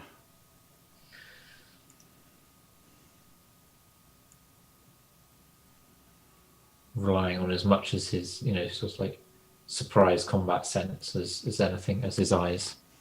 Right, so let's sort this out. So, Hector, you're staying up on this level. Yep. Did you say the door's open a crack? It's open enough for him to be able to see through, sort of like as far up the corridor as he can without having the door open and his head poking out, type thing. Yeah. Okay then. So, but from the other end, it would be obvious that the door's ajar. Yeah. Yeah, it's ajar, but which they might expect considering where their mates so has just gone down there. Studley and Billy Bob, although you're on this map, you're not. Yeah. Okay, so I've transferred your characters across to the other map. So, and then you'll see what's going on down here. Billy Bob wants to relay to Hector as well. Keep checking your rear. Gotcha. Okay, so the What are they? the stuff down the middle appears to be some kind of vat. It looks quite sturdy, and there's various pipes. That's obviously not on the map because I'm not going to put all the pipes on. There's various pipes coming in and out from them. They seem to be closed. They seem to have valves on them, and they just seem to be there. The little white things down the top, down the north side, are actually dim lights. And you can also see 2 doors, or you should be able to see 2 doors. Yes, sir. Sorry, they're vats, did you say? There's no glass on them or anything like that. They're totally opaque. Right, but made out of metal. Yeah, well, it looks like it from this distance, but they're definitely that shape.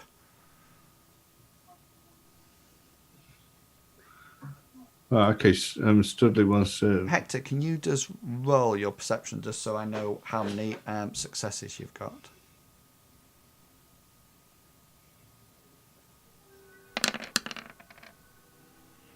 3, thank you.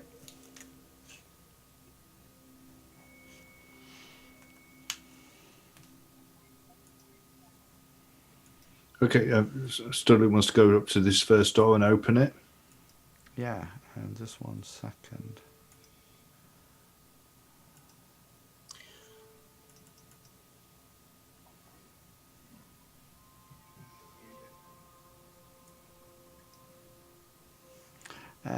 Right, okay then. Yeah, hang on just 1 second and I will reveal it for you. I was going to say, as he's doing that, Billy Bob wants to lightly tap on the vat, see if any noise comes back out.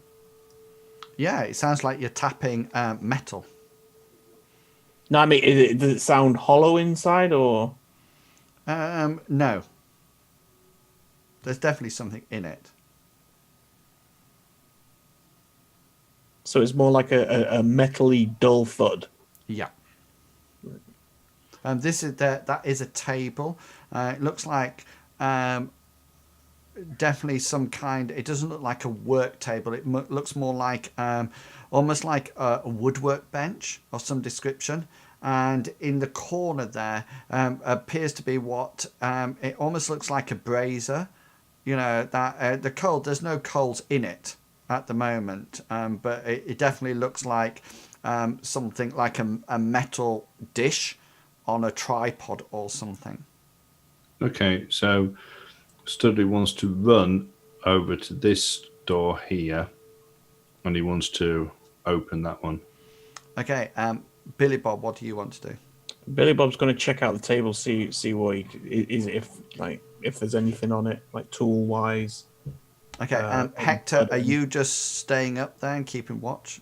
Well, all this is Hector's keeping watch down the corridor, like the hallway, and then every so often he's going to be glancing round behind him as well.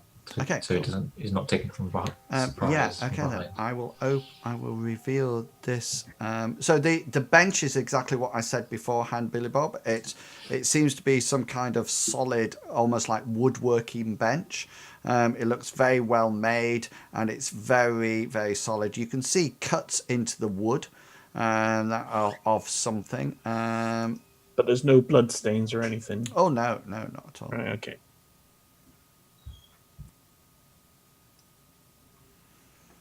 So this appears to have various chairs up in the north and more tables down at the south. And there seems to be some kind of broken chair in there with various tools round it. It looks as if it was almost trying to be fixed, Studley.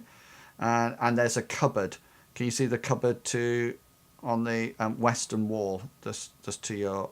That one? Yeah. Yeah. Okay, so Studley's going to sort of like have a quick look in that room from the doorway, and then he's going to run over to this door and open this one. Okay.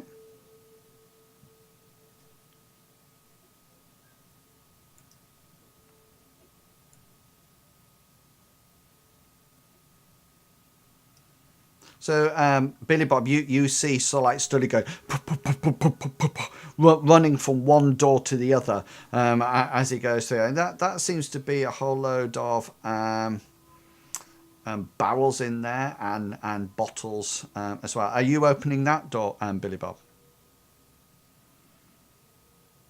Yes, yeah, yeah. Sorry, he's going to go over there and open that door. So you can see that in this room there's sort of like some tables and a few chairs, and there's sort of like a dirty rug in the floor. And you can see straight ahead there doesn't seem to be any sort of like door or entrance beyond there. There seems to be two sets of walls, so you can't see what's behind that, but you can see another one of these braziers there with nothing in it. It's not smoking or anything, and you can see two cupboards at the far side. Yeah, Studley, you've got vats, and this here seems this seems to be some kind of container of bottles. Okay, so again, just looking in and just taking out what's in it, he's going to go to this one. Okay.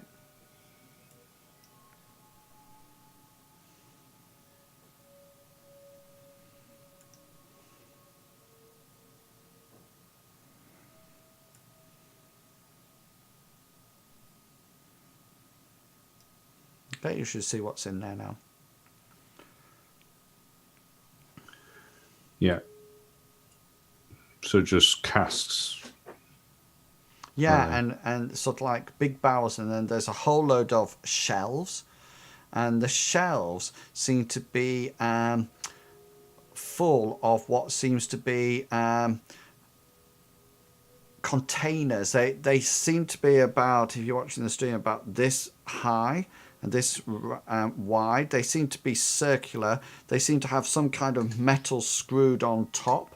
They're quite opaque. They seem to have labels on them, and there's literally, well, there's hundreds of them, all lined up. So all this, I'll just ping for you.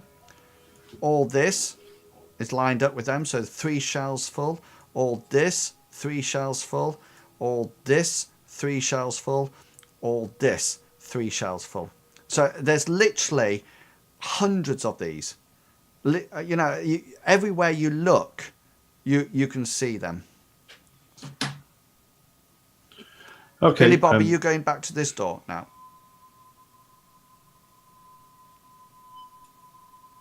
You're muted, Billy Bob.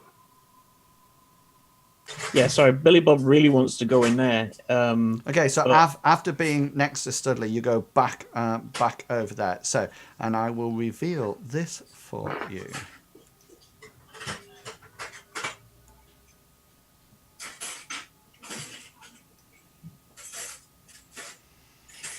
And that looks quite familiar to you,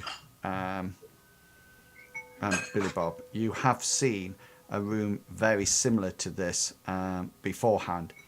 And you notice on the beds, not on all of them, of sort of like 2 or 3 of them, there seems to be bodies on them, shackled to the actual bed, just like you saw beforehand. I'm just marking on the beds that have a body on them. And okay. Hector, can you please roll your reaction plus your intuition, sorry, and you automatically get your +3 dice modifier for your whatchamacallit, combat sense. Are you looking for 3 successes or more? So it's reaction plus Intuition. So it's a surprise roll. If you just Surprise look roll. at your surprise roll, but you get Yeah. +3 to it Plus because of your. 3. And you need to get 3 successes or more not to be surprised. Nope. Okay. Can I edge that? Is that possible? It's completely up to you. Yeah. Hector's going to use his last edge to re-roll the remaining dice. 11.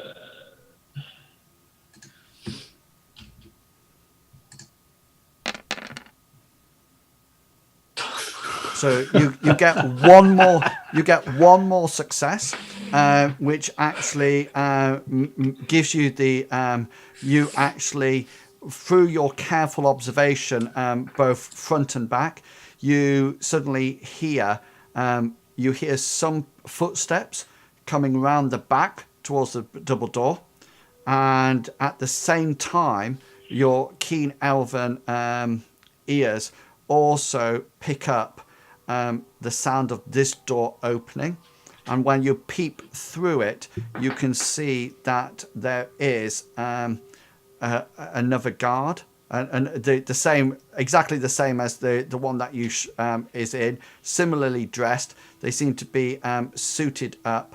The one coming through the door at the front, and coming through the front door and heading down towards. Well, it's coming through the front door, So as we say it. you said there's someone coming through the front door, and I heard someone from behind as well. You heard somebody coming round the back. Where they Okay. actually are, you're not too sure, but you definitely heard them behind the sort of like, I'll ping it. You heard them sort of like here, but outside. Did you see that? No, I didn't. Sorry. See it now? No, I'm seeing the. I can see the basement. Oh, right, sorry, hang on. Ah, okay. If Yeah. Hector has time, he wants to duck into. Yeah, hang on, because we're rolling. Oh, we're rolling initiative. We're rolling initiative up top. No problem. So, people downstairs, this is a separate initiative now upstairs. So when it actually comes up, then if something happens, then we'll be able to, for example, if things are sort of like shouted out and things like that, then you'll come into it. Let me just do this.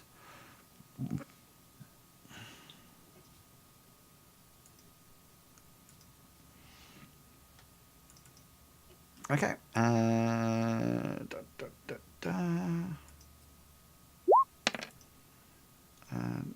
So I just bear with me because I've got I've got 2 to do That's right. at the same time.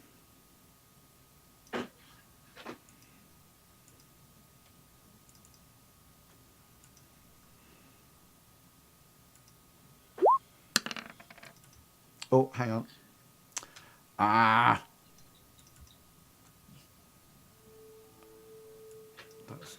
That needs to be like Get that. your wound penalties I on. know. How did you know? Because it says wound penalties. And you rolled 2. I know. And that's the other thing I need to do. Thank you.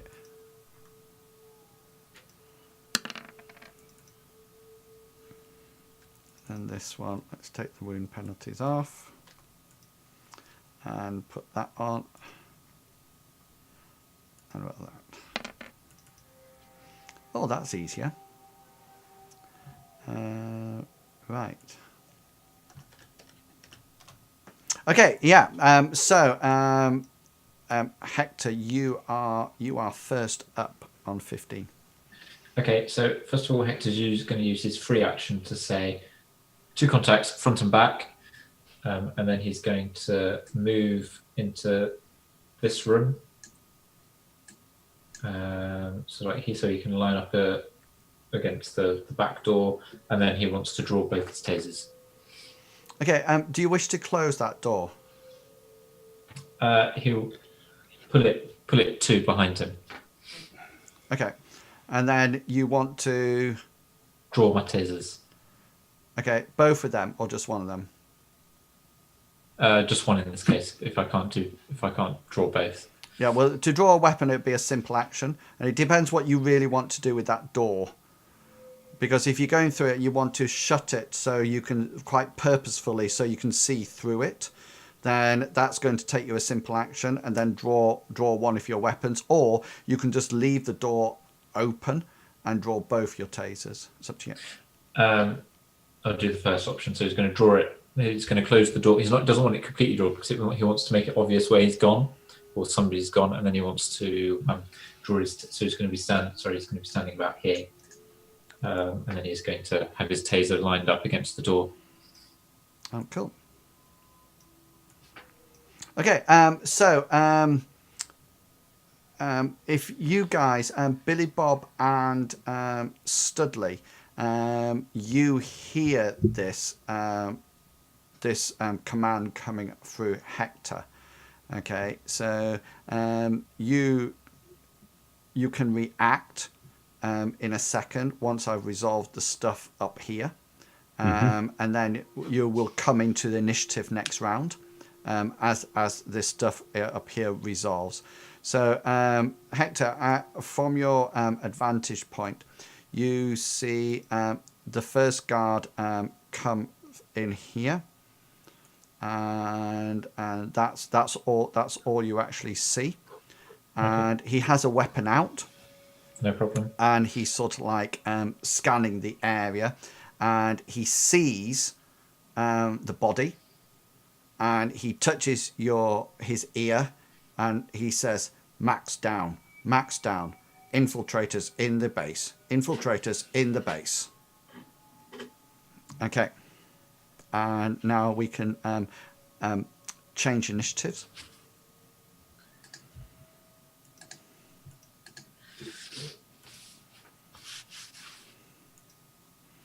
And so you're up on 5.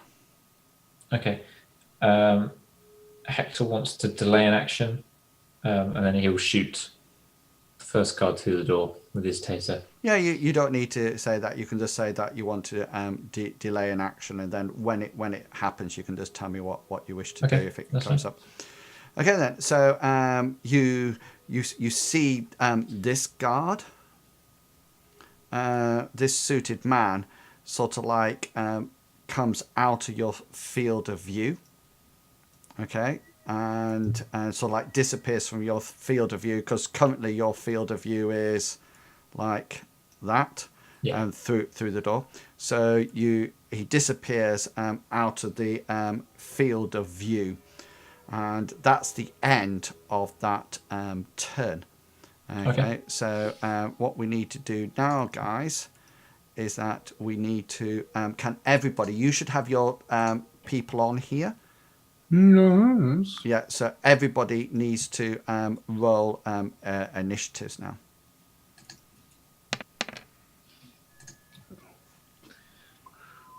Well done, Studley. Mine rolled twice for some reason. It's all right. We'll just take the first one. That's not a problem.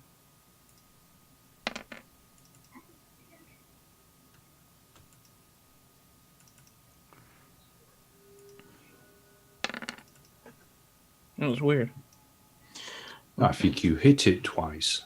I may have done, but I only pressed it once. Blaming it onto the server. Okay. Server lag. Okay, so this is where we're up to now. So we are now going back down into the cellar for Billy Bob on 19. Okay, a free action to say bods in birds, and then he's gonna draw his weapon. It's Beretta, yeah. Yeah, Simple And- action. run up the stairs. Well, what's your movement? Okay. Walking's 10, runs 20. So Okay. 2, 4. Probably just get up to the top of the. No, you probably won't actually. 7, So it's going to be roughly it's going to be 12. 6 to the first door. Yeah, it's going to get 11 up to the next. just at the top. What is it? 20? Do you say? 20, yeah. Yeah. So you will appear at the top of this stair. Would Studley have heard me? You don't know. Well, we know he can hear. Sorry. I'm not completely stupid. I just checking. don't have a subvocal microphone, so Yeah. I can't reply without actually taking my comm out of my pocket or I'm gonna buy you one. pushing a And finger down and on if it. just out of interest, if you know he can hear, I don't see the point of the question. Can he hear? I think what the most important question is that is he going to react? 15. It's you, Hector. So yeah, the staircase. Like, is there a banister around it? And if so, how high roughly is the banisters? It depends at what point. What do you wish to do? Essentially, he wants to try and he wants to move around behind it so he gets a bit more cover between him and the doorway. Yeah, you could probably get partial cover there if you take your action to take cover across. Yeah. Yeah, so he wants to move, but if he can sneak whilst he moves and then take cover, is that enough, or was it sneak and then take cover the turn after? No, you can sneak around there and then use a simple action to take cover. I'm quite happy. Okay, with that. that's what he'd like to do then. But just please. roll your sneak.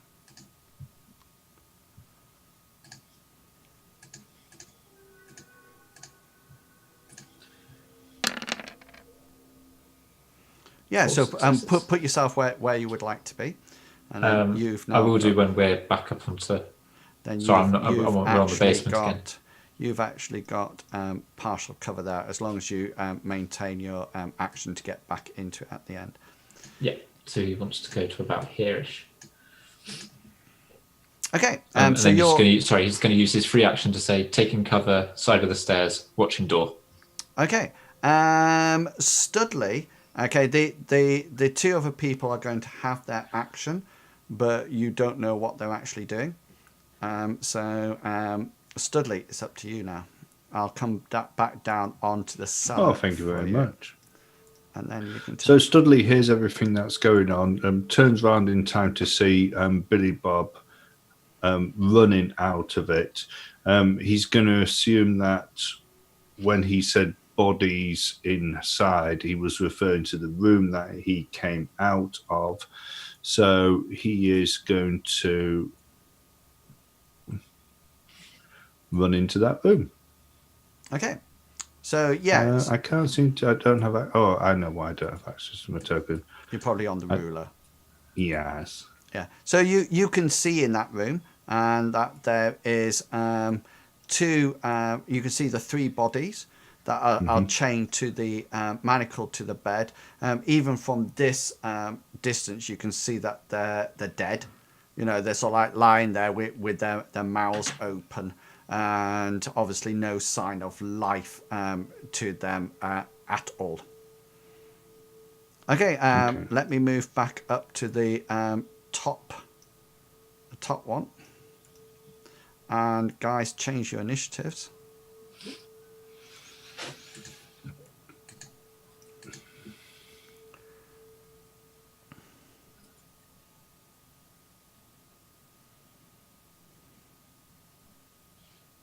And Billy Bob, you're up. Studley, I'm just taking you off this map. Yeah. Yeah, no problem. If I take you off, you can still see it, can't you? This map? Yeah. Yeah. Yeah. Cool. It's just that it's confusing me with your stood there. So. I can be confusing. Billy Bob wants to reach into his pocket, pull out his silencer, and attach his silencer. Yeah. Cool.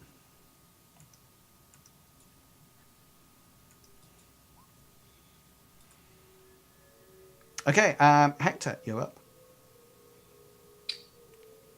Hector's going to delay his action. Okay, so you're sort of like, you get your silencer on, and Hector, you delay your action, and all of a sudden you hear a psss sound, and through the door, through the crack of the door here, rolls what appears to be a smoke canister. And it just sort of like rolls in true sort of like action film style. It just rolls along the floor, and as it comes in, you can see it's billowing smoke left, right, and centre into the room. You have your delayed reaction if you wish to do anything, Hector. No. No. Nothing he can do. Okay, moment, excellent. So you could have run up, grabbed it, and chucked it back through. That's what I was going to do if I had another turn. okay, that quick. So Studley, just for the sake of it, I'm going to put your character on here just so you can roll initiative. Okay, yeah. I'm going to make you really big. So it's obvious that... Can you see yourself? Put him in the other room.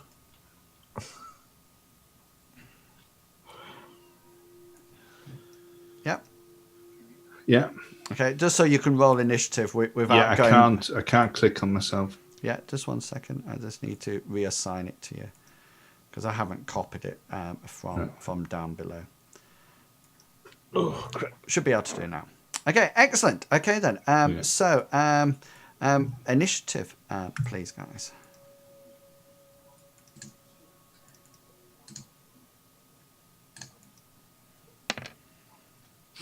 Go on, Studders. Gets a 9.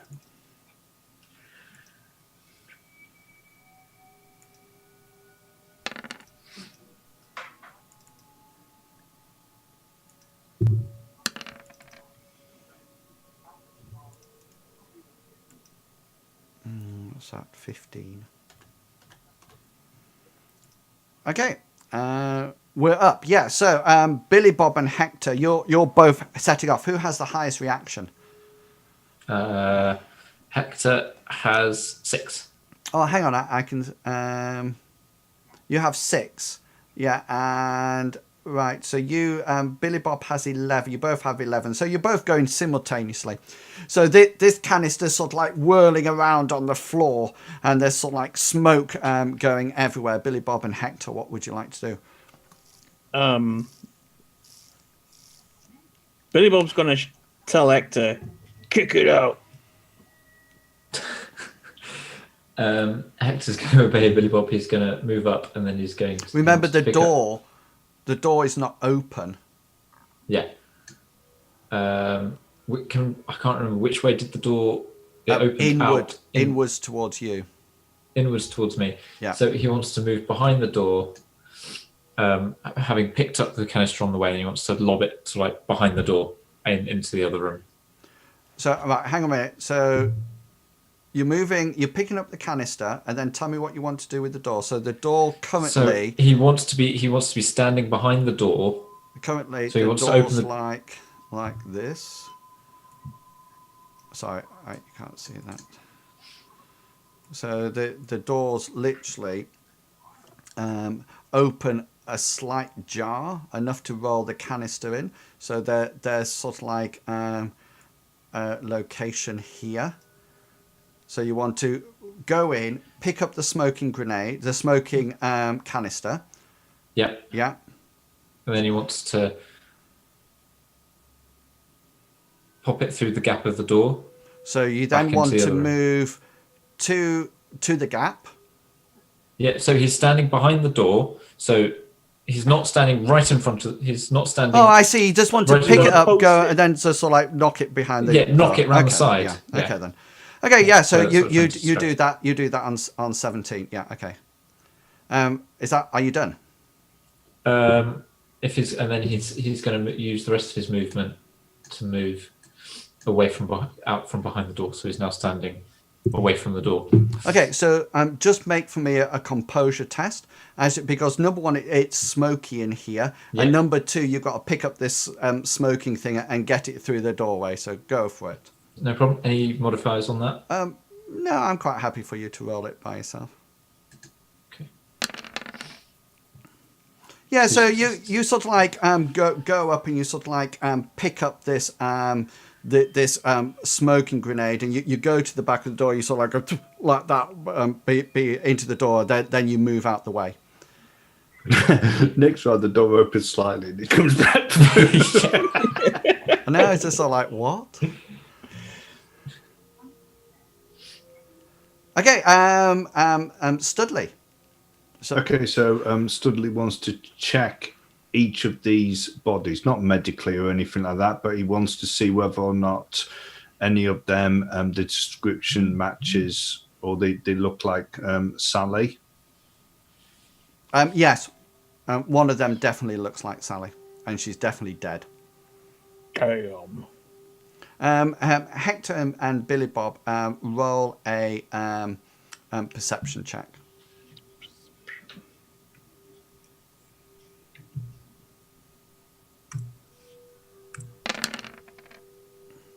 Three successes. Yeah, so you hear not panic sounds or anything like that. Almost like cool, calm and calculating voices. Hector, you hear the door open. Okay. The door to one side where you came in, and you hear that open, and you hear sort of like cool and calm talking, and one of the things that you hear is something like the phrase "one way out."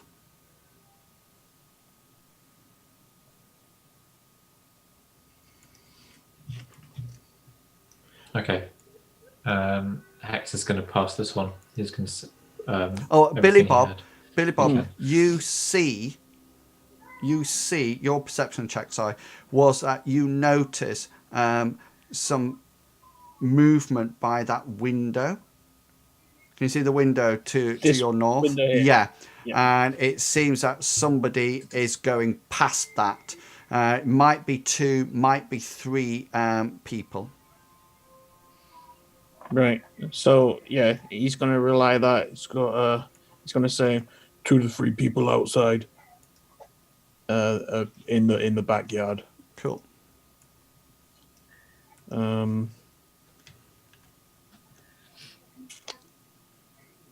I can move, can't I? Or have I done all No, my? you can move Right. by all means. Okay, so Billy Bob wants to he wants to get right behind the door, and he's gonna tell no. All right, so this is his action for now. Okay, so let's just get this right, because that would be what you do on 7. Oh right, okay. Okay, because they moved. So on 17, you said something. On 17, Hector pushed it behind the door. On another action phase, that's when you saw the people. So that was their movement. And then this is now Billy Bob and Hector. You're both on 7 now. Right. So change initiative. Yeah. Okay. Sorry, yeah. So you're both on 7 now. Right. So Billy Bob's gonna. Who's going first? Does it matter? You both literally go simultaneously, Right, so okay. it doesn't really So matter. Billy Bob's gonna move behind the door and he's gonna tell Hector, "Stay here." Hector is going to. Yeah, he's going to delay his action. That's fine. Okay then. So that's that round done. So this is the next round. So roll initiatives. Jeez.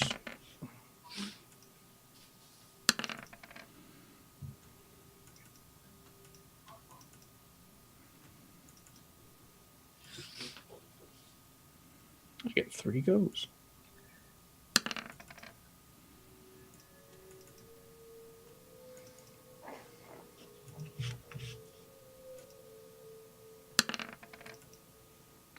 Okay, let me just rearrange this because there's a lot hiding that you can't actually see. And that's where we're at. Yeah. So Billy Bob, you are up. Okay, so Billy Bob's gonna fling open the door. Which way it comes inwards, doesn't it? It comes towards Hector, if that makes sense. Yeah. Yeah. So he's gonna fling open the door, step out with his pistol. He's got his pistol drawn. Excellent. And the first guard he sees. Well, yeah. So hang on. Before you do that, my delay actions come off.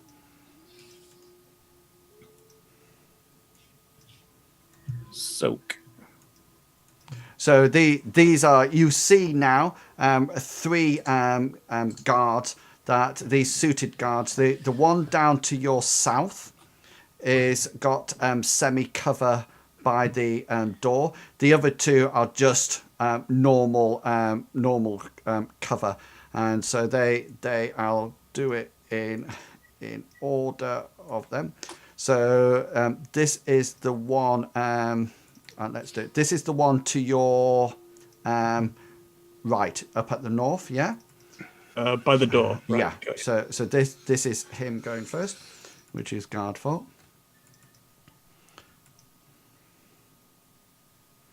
So this is his attack.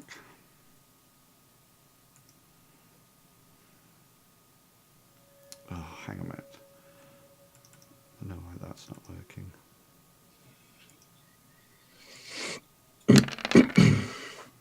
Yeah, go for it. Dodge away. Oh, dodge. Yeah, I you thought can it was gonna dodge. just- No, you can see them. It's not a problem. Right. Okay. So dodging. Matrix style, 4 successes. Yeah, so this guy shoots his bullet at you, and you, as it comes in, it's just sort of like he's mistimed it, and it whacks into the door as that comes up. This is the next one, and this is at -2 now for your dodge. Right. Minus. Oh, wrong one. -2. 3 successes. Yeah, that grazes, hits you. It sort of like skims off your armor, and then the final one will be at -4 now. Jeez. -4. 3 successes. Yeah, and that one sort of like whacks off you as it hits the door jamb as it comes through. Okay, now it's your reaction. It's your attack now. Yeah. Okay, so Billy Bob's gonna after duck dash diving around the doorway here, he's gonna shoot at. No, he'd probably shoot at this one first. Okay, yeah. Uh, There. So is this How? okay? So this is a normal shot, yeah. Yeah, normal shot. One success. Okay. This is card number 4. And this I think that's would the be lowest I've ever had for that. his dodge. Yeah, and he dodges out the way of it, so it just hits the wall next to it. Anything else you wish to do in your action on 23? Muted Billy Bob. So activating a smart link. It's a free action. Free action? Okay, so yeah, just do that then. Okay, cool. Hector, so you see Billy Bob go into the doorway, and then you hear all this gunshots sort of like peppering round the doorway. He's currently blocking the doorway. Yeah, Hector's going to delay his action. Okay then. There's nothing else he can do. so- And then he's going to use a free action. And he's going to communicate to Studley saying 3 enemies upstairs. Okay, cool. So this is guard's 2 action for this turn because the last one was delayed. So you need to dodge Rooney. Why did I dodge it? Sorry, I just I just rolled my dodge roll. Guard 2. This is sorry. And you've got wound penalties on them again. Yeah, I don't on this one. This one. All right. Is this another minus something? This is yeah. So this will be 2, 4, 6, 8. Yeah. Jesus. I might just stand there and take it.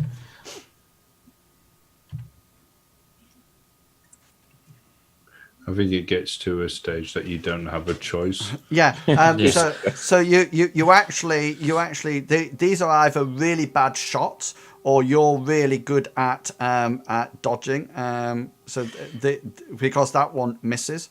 They're really bad shots. But This is minus 10 now.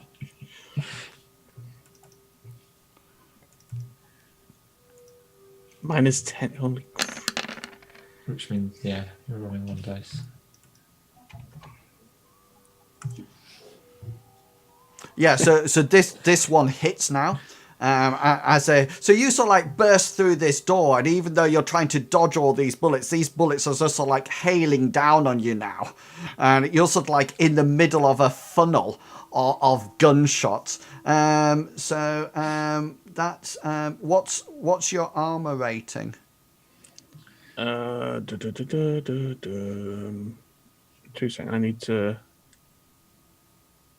equipment because I've got my jacket with. Oh no, that's the one I want. That one without, because the tin pot's still in the day sack. So it's 16.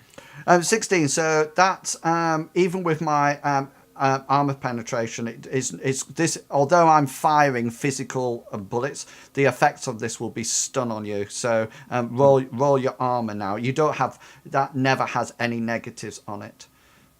Roll armor. Yeah, soak. Sorry, soak. Oh, so. But just make sure your soak's correct. So go to your equipment and make sure you've only ticked what you're actually wearing.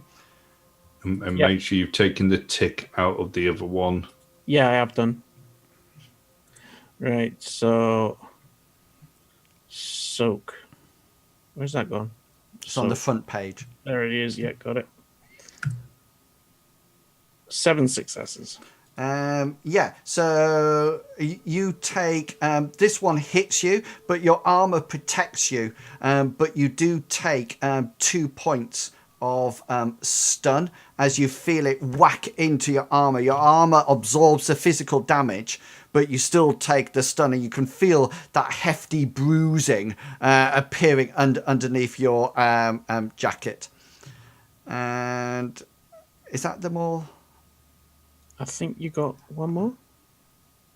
Hang on, I can look back up. 1, 2. Yeah, one more. Thank you.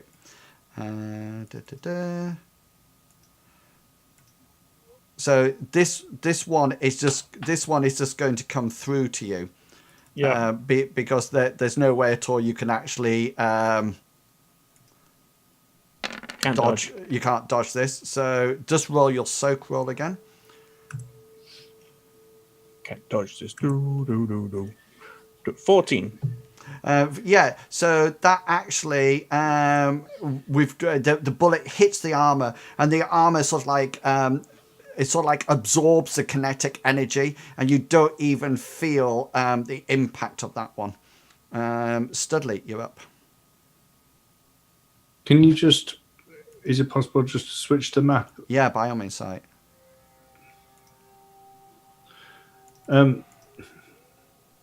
When he was looking at these bodies, they're shackled onto the things with locks. I take it.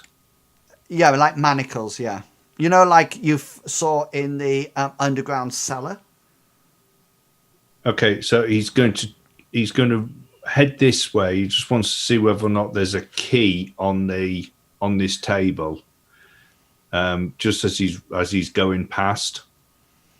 Okay, roll a perception roll.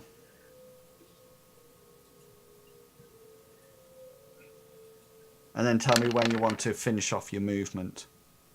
Is the idea is that if there is a key, you're going to stop? If there's a key, he's going to stop and see whether or not he can release the one on Sally. If there isn't a key, then he is going to continue. There's not a key. Right. Okay. So he's going to.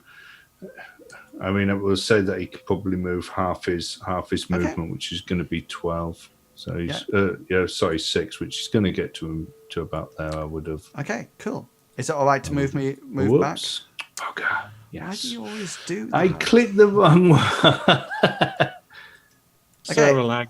So back up at the top. This is going to Billy Bob. You're up on 13.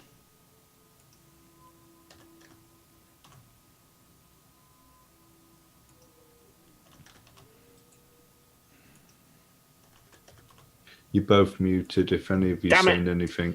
Yeah. So Billy Bob's going to move out of the doorway now, and he's going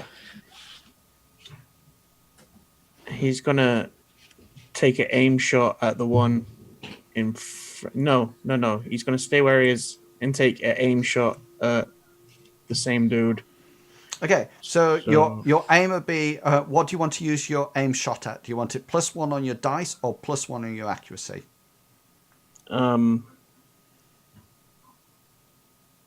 What do I usually use on? Dice. Dice. Yeah. Why are you staying in position in the doorway? So no one makes a run for that door. Okay.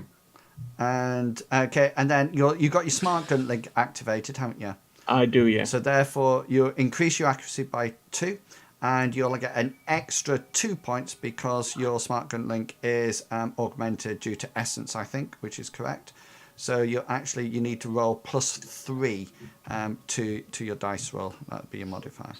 That is correct. So yeah, here we go. 4 successes. And this is my dodge. Oh, hang on. Wound penalty. I know, yeah, I've just seen it, sorry. He's actually dead. That's done now. That's right. And that's another mission entirely. 4, yeah. Okay, then, so that's going to be what, 7S? I get 3. I get 3 successes. So 7, yeah. 7S. Okay, so this is going to be, and that's +1, isn't it, for your armor penetration? 7S. And that takes it down. Yeah. Okay, then. So it hits him, and you notice that he sort of like, so it hits him in the shoulder. He sort of goes like that. He's still up.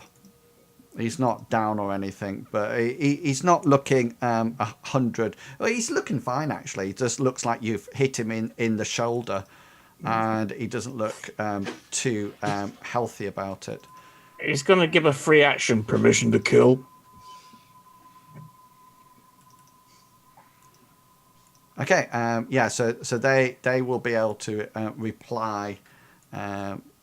I'm just putting on for me the numbers. You can't see these, what numbers each one of these are, can't you? No. Yeah, cool. Is this so I know which one's which? Because I'm losing track all the time. Okay then, Hector, you're up.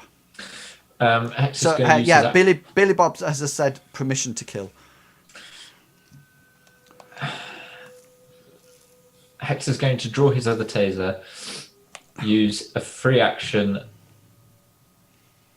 to reply to Billy Bob and say, "Not yet. Clear door, so I can shoot." Okay, and then the next it's just you now, Billy Bob on 3. Okay. He's going to give a grunt. Move to the center.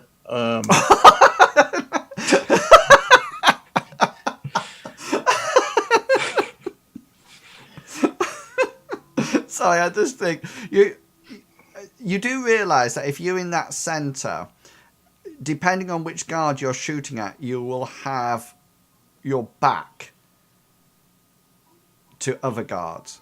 I thought it was a case of that we're all moving around. Not in this one. No, correct. Oh, right. Okay. This one's more like static, more like Yeah. combat you're used to, Pig. Because Right. it's like because of cover and things like that. So, for example, if you're in there and you say to me, "I fire at guard 2," then the one guard 3 and guard 4 might be able to get a shot off you without you dodging. If you shoot at guard 4, then guard 3 is definitely going to be at your back. Right. Okay. I thought it was. Okay, no, yeah, right. So hang on, because you didn't know that. Yeah, so sorry, I'm moving you at the same time. So you're in the doorway there. It's your movement on 3. So he's going to move. He's going to clear the doorway and just move up slightly so the doorway's clear for him to come out. Okay. And also take a shot at this one. Cool, go for it. Smart link's activated, so that's just +1. No, +2 if you're smart gun link. But I did it that last round. So No, is that not- smart gun link is all the time. Right. Okay. So just +2. 4 successes. Yeah, he tries to dodge out the way of the bullet again and fails. So tell me what damage it's going to be. He's got no successes. So it's what is it? It's 10s, 6s after your soak. 6s, thank you. That's it. Excellent. Yeah. So he takes another shot of stun damage into him, and we are, guys. That's 10, isn't it? 10 stun. No. Because I got 4 successes. Yeah, but then it's done by the soak, and he got 4 successes, which then So- takes he it got down 4 to 6. successes. Right, Yeah, sorry. so you got 4 successes added to your 6 makes 10s. Yep. I got 4, which takes it down to 6. Yeah. No, I'm still trying to. I was trying to work this out with Initiatives, yeah.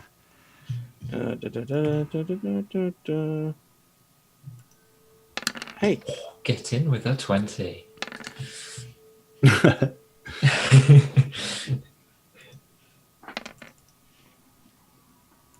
did that work?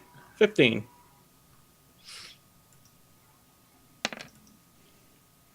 Right, and just let me.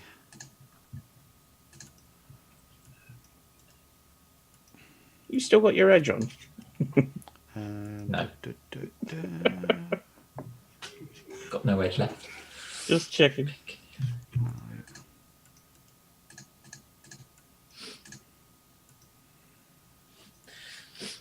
That's 9. That is that 10. So I'm just moving back because I couldn't get the add and guard. That is 9. Okay, let's move people around. Right, I think that's it. Hector, you're up. Right, Hector's going to move into the doorway, or move towards like the edge of the doorway. He's already got both his tasers out because he took one out last time. He's going to move to the doorway, level them both. He's going to shoot one at this guy, one at this guy, and then as soon as he's pulled the trigger, he's going to pivot on his right foot to take cover as a simple action. So he's shooting multiple targets, which is. So I need to know how you're splitting it. Yeah. So what's your total amount? It is total amount is 11. So I need to know. So you can split that 5 and 6. Guy in corner has 6. Guy in doorway. Okay. Has 5. Okay. So the one up by the window. So just roll it in turn. So the one at the top, it will be just roll 5 d6s. Tell me what you get. Yeah. So if it's guy in the window, sorry, do you want the guy in doorway or window first? The one up at the top. Yeah. So guy in window, I said 6. So I'll roll 6 dice. Yeah. He got 5 successes on that. Okay. So Best roll ever. guard 2. Okay, and then hang on. Oh, sorry, we're doing it all the way through. Yeah, let's sort out everything so that's 5 successes. So it's damage 7, which 3, is 10, 12, and then it's minus 5 AP. So you've got 3 net hits. Okay. So what will be your damage? So if I've got 3 net hits, damage is 10 then. Okay. Because the damage is 7 on a taser. Okay, cool. And yeah, so you hit him and it goes into his armor. He sort of like flinches back a bit. And then the guard at the door, guard 3, and you got 5 d6s left for that. 5 d6s. 2 successes on this one. Yeah, okay. So that's a total of 9 damage. No, it's not. And then you've got your yeah, but he gets 4 successes on his dodge. Okay. So that misses. That's fine. That's fine. Yeah. So then he's fired, and then as soon as he's fired, he's going to pivot on his right foot to take cover behind the door, or as much cover as he can. So you now have +2 when I fire back at you. Cool. Billy Bob, you're up on 15. Probably muted. I haven't got the cams up then. Yeah, he is muted. Shut up, Serpalag. So he's gonna take a nice clean aim shot at the same guy. Cool. Yeah. So that's back to +3, is it? Yeah. Or is because it's a new round? Yeah. +3. Yeah. Just wanted to make sure I got that right. Patoom, 3 successes. Dang it. Yeah. So you get 1 net hit on him. So that's 6. 7 stun. 7 stun.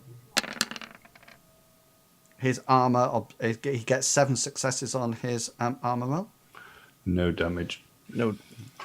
So you fire a shot into him, and it just sort of like absorbs into his armor, and he absorbs it completely. Suited guard's turn. Okay, so obviously suit guard number 4 is going to fire at you, Billy Bob, because you're straight in front of him. So you will get your dodge roll for this. Yeah. So just a normal one, no minus. Yeah. No minuses because you haven't dodged yet this round. It's only if you dodge more than once. Hang on a minute, because I'm just going to roll this 7.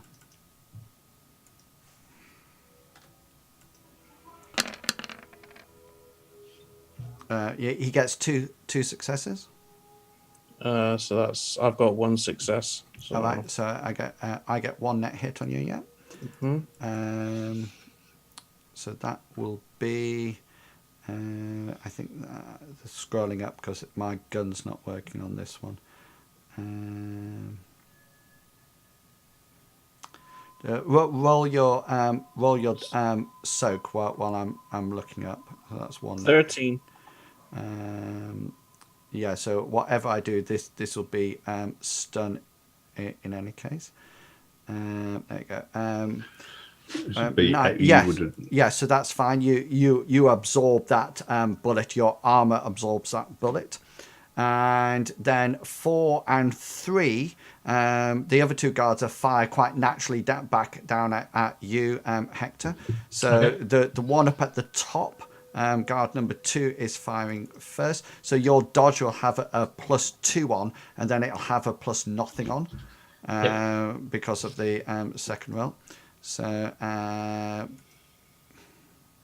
let me know when to roll dodge. yeah, you can roll. I'll roll it anyway. Okay. Yeah, that's not a problem. 5.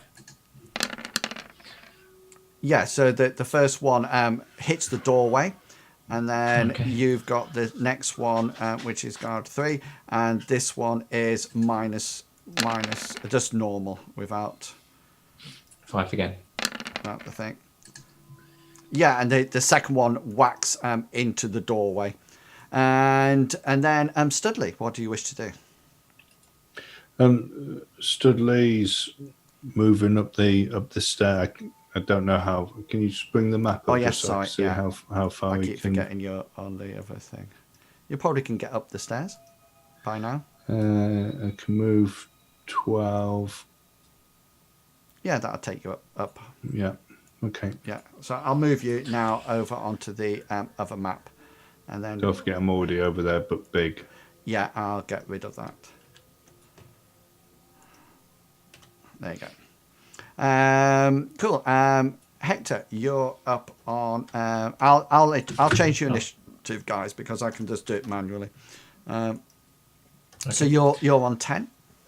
He's going to do exactly the same thing again. So he's going to spin around, shoot one taser at each of the two guards. 6 and doorway 5. in the corner. Yep, so it would do exactly the same as last Cool, time. go for it. Basically. No successes this time. First on that one's one. no success. Oh, look at all those twos. I know. And this A one's lot of twos. This one's a 5-1. And then he's going to shoot. Go down the doorway. One success. One success. Yahtzee. No, that was 6s, wasn't This it? is And then this guy. as soon as he's fired, he'll take cover as well. He's got -2, +2 for his dodge because of the door, -2 because it's sec. So his will be 0. Why is that? Why is his dodge not rolling? Oh, there you go. Is he dead as well? That's a 1 as well, so that's just like a grazing hit, so nothing happens there. Billy Bob, you're up. Probably muted. Server lag. So Billy Bob's going to move right up in front of this one, Okay. right here, and he's just gonna pop a shot. Yeah, that's cool. That with a +2.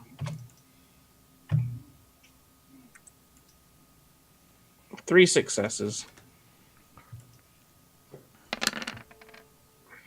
He gets 2, so 1 net hit. 7 stun. 7, yeah.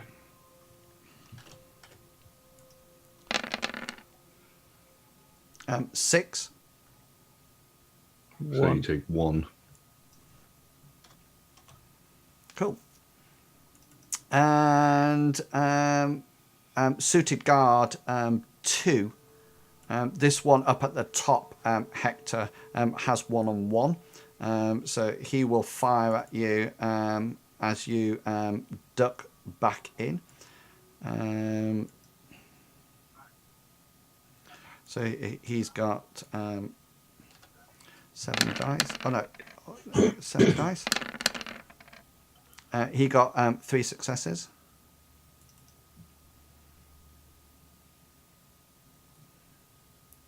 How many successes do you get, Hector? Muted. Yeah, 3. So as you duck behind the door, he bops one in, and the door protects you again. And then so the last person to go is Hector on 1. Still muted. No, I'm not. Hector, hang on. I was busy trying to check something before I did anything else. Whilst I was doing all that last time. Hector is going to pop round, and he's just going to shoot this guy this time. No, sorry, which one? No, this one. Okay, Sorry. cool. Yeah. He's going to shoot that guy in the top corner with one of his tasers. Yeah, go for it. So it's just a normal shot. 4 successes this time. So that's 11. That'd be damage in 11. total. So here's his. So coming up. 2. Okay, and then as soon as he's taken his shots, he's going to duck round. I need That's to know how many. 9S. I need to know Oh, how many 9S. damage. Thank you. Sorry. Yeah. Okay. So guard 2 passes out. And that's the end of that initiative round. Cool. Okay, so guard 2 is out of it now. Guard 3 and 4 are still up. Guard 4 is in front of you, Billy Bob, and guard 3 has got cover with the doors. Studley, you've just come up the side, and that's where we're at the moment. Go on, Studley.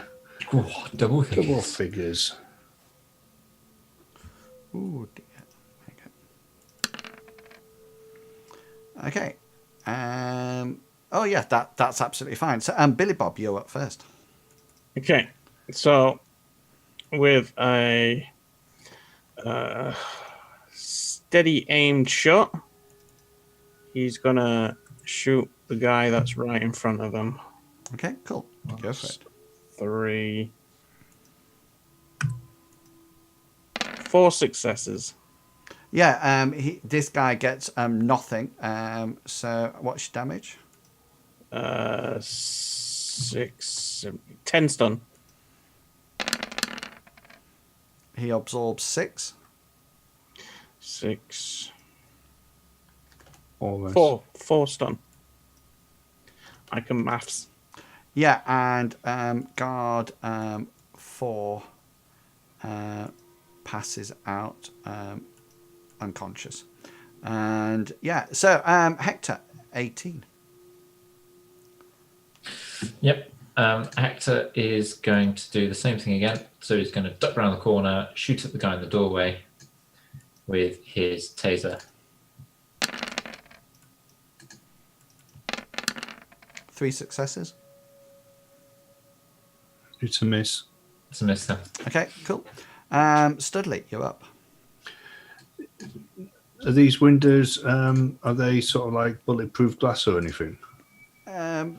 You wouldn't know, but common sense would probably tell you that they're not Probably not in case of a fire. Well, they're not probably because unless it's sort of like a mafia boss or something like that, the normal everyday person probably doesn't have ballistic glass. Okay, so Studley's going to run around the corner and just dive through this glass window. So you would have to do an unarmed combat and try to overcome the barrier rating in your damage because you're literally trying to throw your body at it. Right. So I'm doing an unarmed combat. Yeah. So what would happen? It's not an unarmed combat to see whether or not you hit. It's an unarmed combat roll to see how much damage you do to it. So if the normal ballistic glass, hang on, let me just bring it up. Unless you get there before me. No, because I didn't. normal barriers. There you go. So a normal barrier. This is. It's not ballistic glass. It's a standard glass. So it has an armor of 2 and a structure of 1. So that's like it's you just want to get through it, don't you? It's just my mass just. Yeah. So what you do is that you roll your unarmed combat, okay, and then that will give you a damage value, okay. Then I resist it with my structure and armor together, so I'll use 3 dice to resist it. And then if you any remaining damage after that, so say for example you roll and you get 6 hits, I roll mine and get 3, then the next thing is 3, and then as long as you get above the structure rating, which is 1, you will go through there. Okay. So right, so I'm going to pre-edge it. Okay, cool.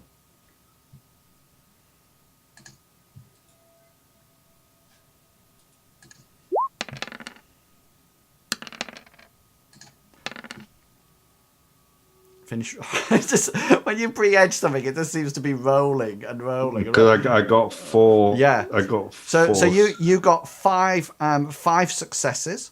Okay. So now I roll my 3 to resist it. So I get 1 success. So that's 4 successes that you get on your normal unarmed combat. So what's your normal unarmed damage value? No idea. What is it? Strength? It'd be your strength, yeah. So that's 2. 2. But okay, then I'll give you +1 to 2 to make it 3 because you're launching your whole body at it. So that would be 3 plus 4 successes, which would give you 7. Okay, the structure of the glass is only 1. So Okay. you sort of like run at this and just sort of like launch yourself, your full body at it, and you literally just sort of like power your way through it. And don't worry, glass in 2076 is it's almost like that safety glass. So it's made so it won't sort of like split over you. So you sort of like shatter through this. Hector, you hear this almighty shatter behind you. So do you, Billy Bob. And Studley, you're now outside. Guard 3 is still up. So this is at you, Hector.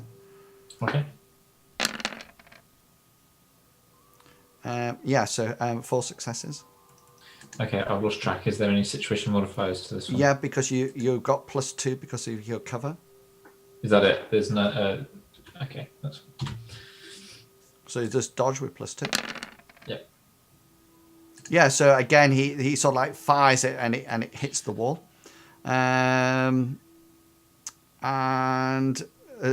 that's it. Suited Garth, I think. So yeah. So if you just adjust them down. And Billy Bob, you'll be up first. Okay, Billy Bob's gonna change positions. He's gonna move over to. Oh wait, I've gone. So he's basically just like in this corner, and sorry. Yeah. What do you wish to do? He's gonna take a shot at this. Yeah, this guy. you probably need to be over in the other corner because this guy's got cover from the door. So it's sorry. Let me draw it on, and you'll see. So he's like the door's like this. Can you see that? So he's got he's got cover from the door, firing at Hector. Okay, I thought the door opened the other way. No. Okay, so I was in because I thought when Hector was behind it here, he was just going to kick it. Yeah. Straight into the. That's one So thing you can just stay there and fire away if you wish. Okay, so yeah, I'll do that then. So, another aim shot at him, which would be just +2 now, wouldn't it? I get 1 success. If you're aiming, it's +3. You got +3 because you're smart link, and then 2. But because you're I took an aim shot at this guy and knocked him You out. can take as many aim shots as you want. Oh, okay. Then in that case, then. plus 3.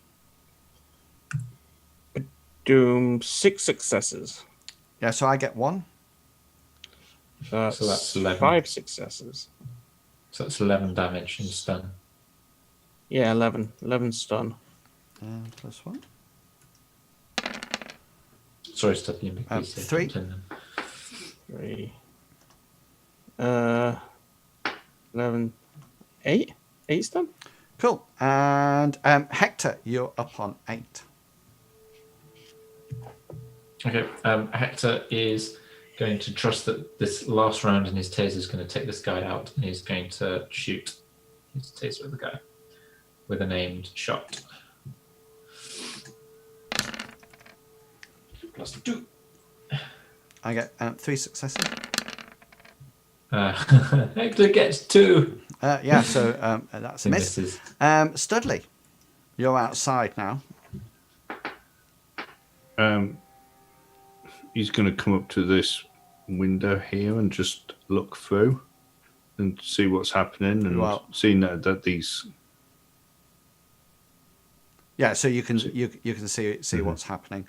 On 1, which is my guard, yeah, he disappears from the door. Billy Bob, you're on 1. You're muted, Billy Bob. Oh, server lag. At which point Billy Bob's going to run to the doorway. Can he see him? No? Yeah, hang on. I'm just seeing how far he can get down the corridor.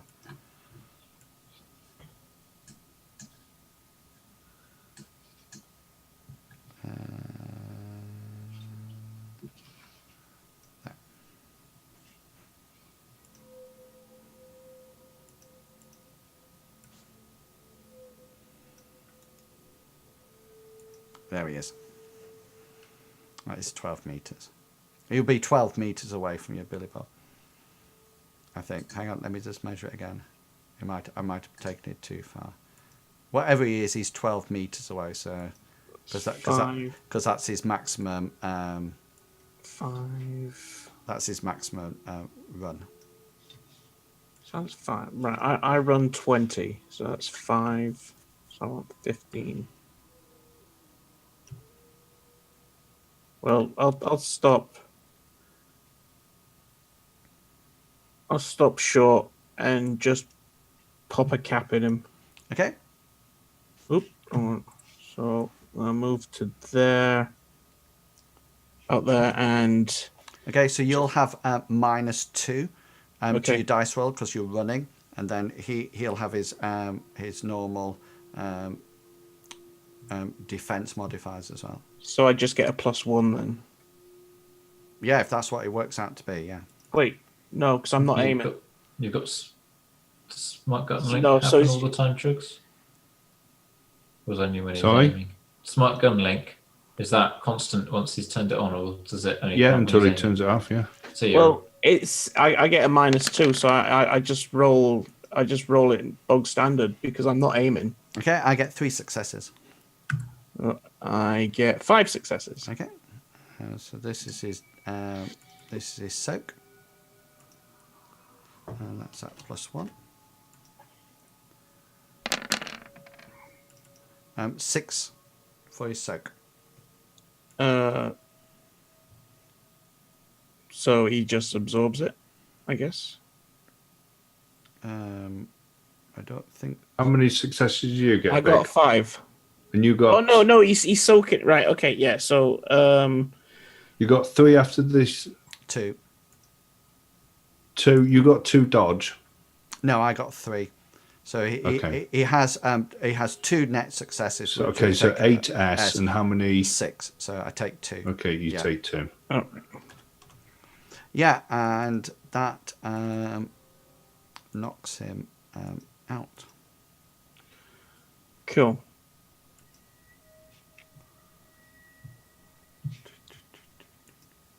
Yeah, cool. What do you wish?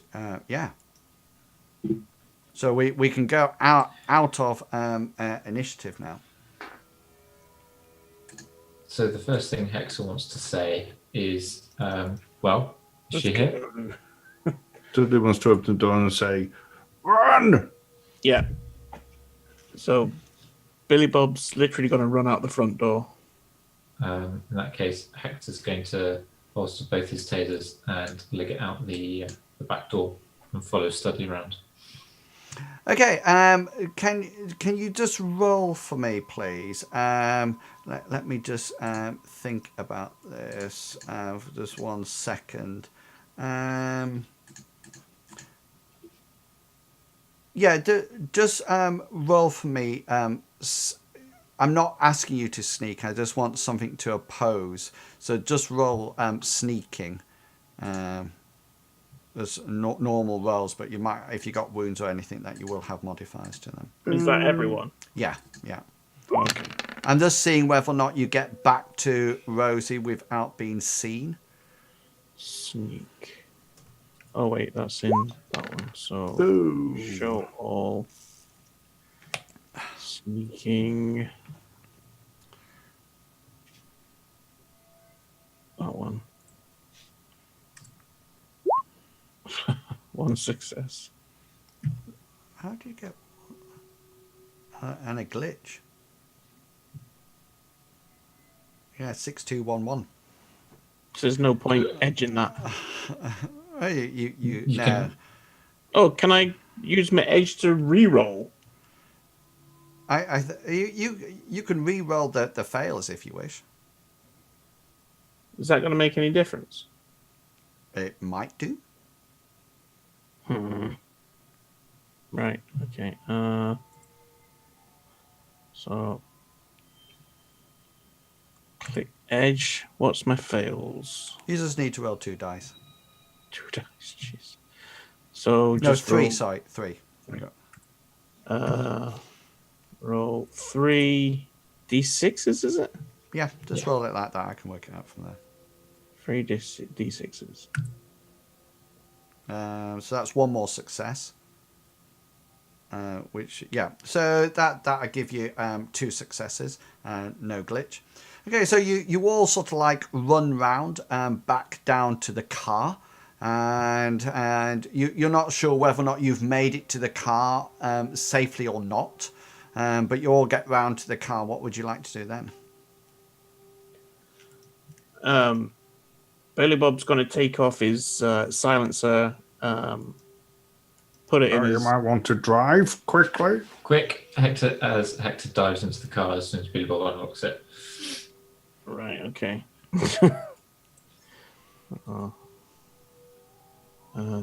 Patrol. Studley's going to fill the other 2 in that she was dead in the 5 basement. successes.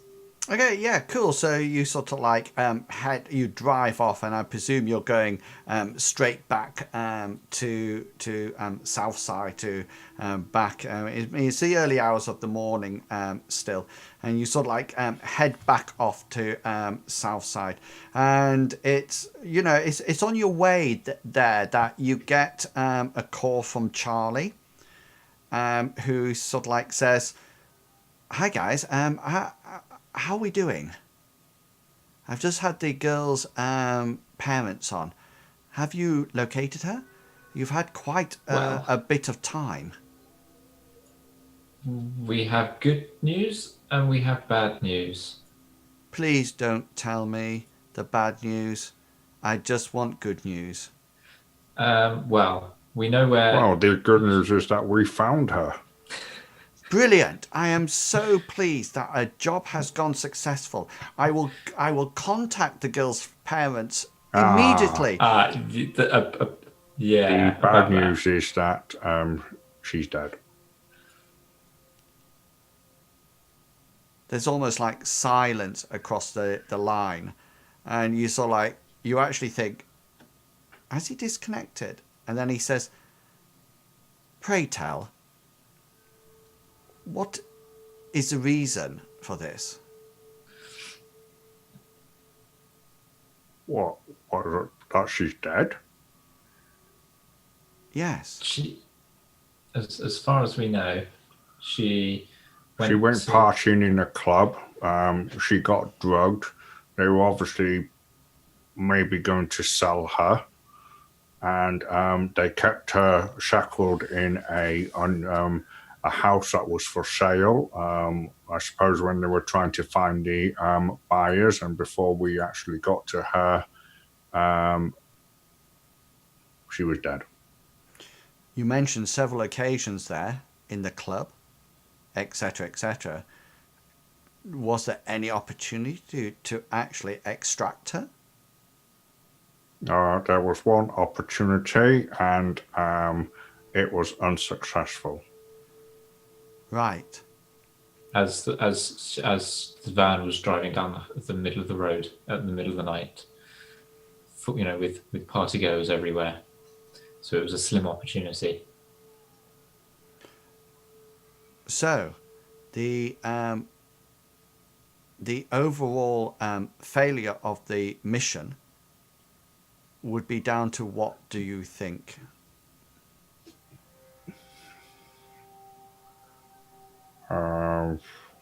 Inability to find her when she was still breathing.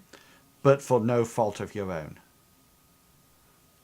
Well, I mean, you can't say whose fault it was. For all we know, she might have been dead before you had even given us the job.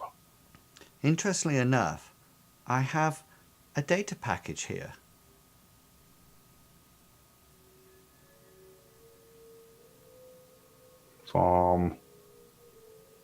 Well, that would be highly inefficient for me to tell you.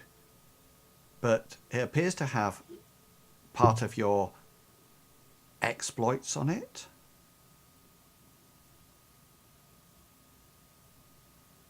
Right. Right. Let me send it to you, and you can think about it when we next talk. And you get a data package sent through your comms, and it comes through to each one of you, and you can open it if you wish. Are you happy with that? Yeah. Yeah. You open with it, and you notice that it's almost like a step-by-step what happened, account of what happened throughout this job.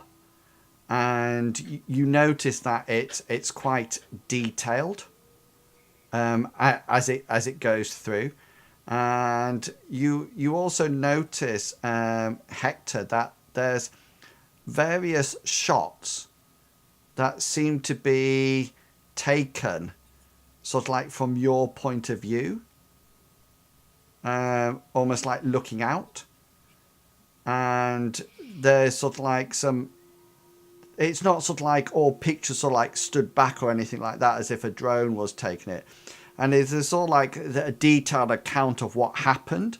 And, this happened, then we had to do that, then I had to do that, then this was happened. And it doesn't take you very long to sort of like piece it together that somebody has, I think the correct word is, dobbed you in. Mm. And it looks quite clearly that this seems to be a package that has been put together by Athena and sort of like sent to Charlie.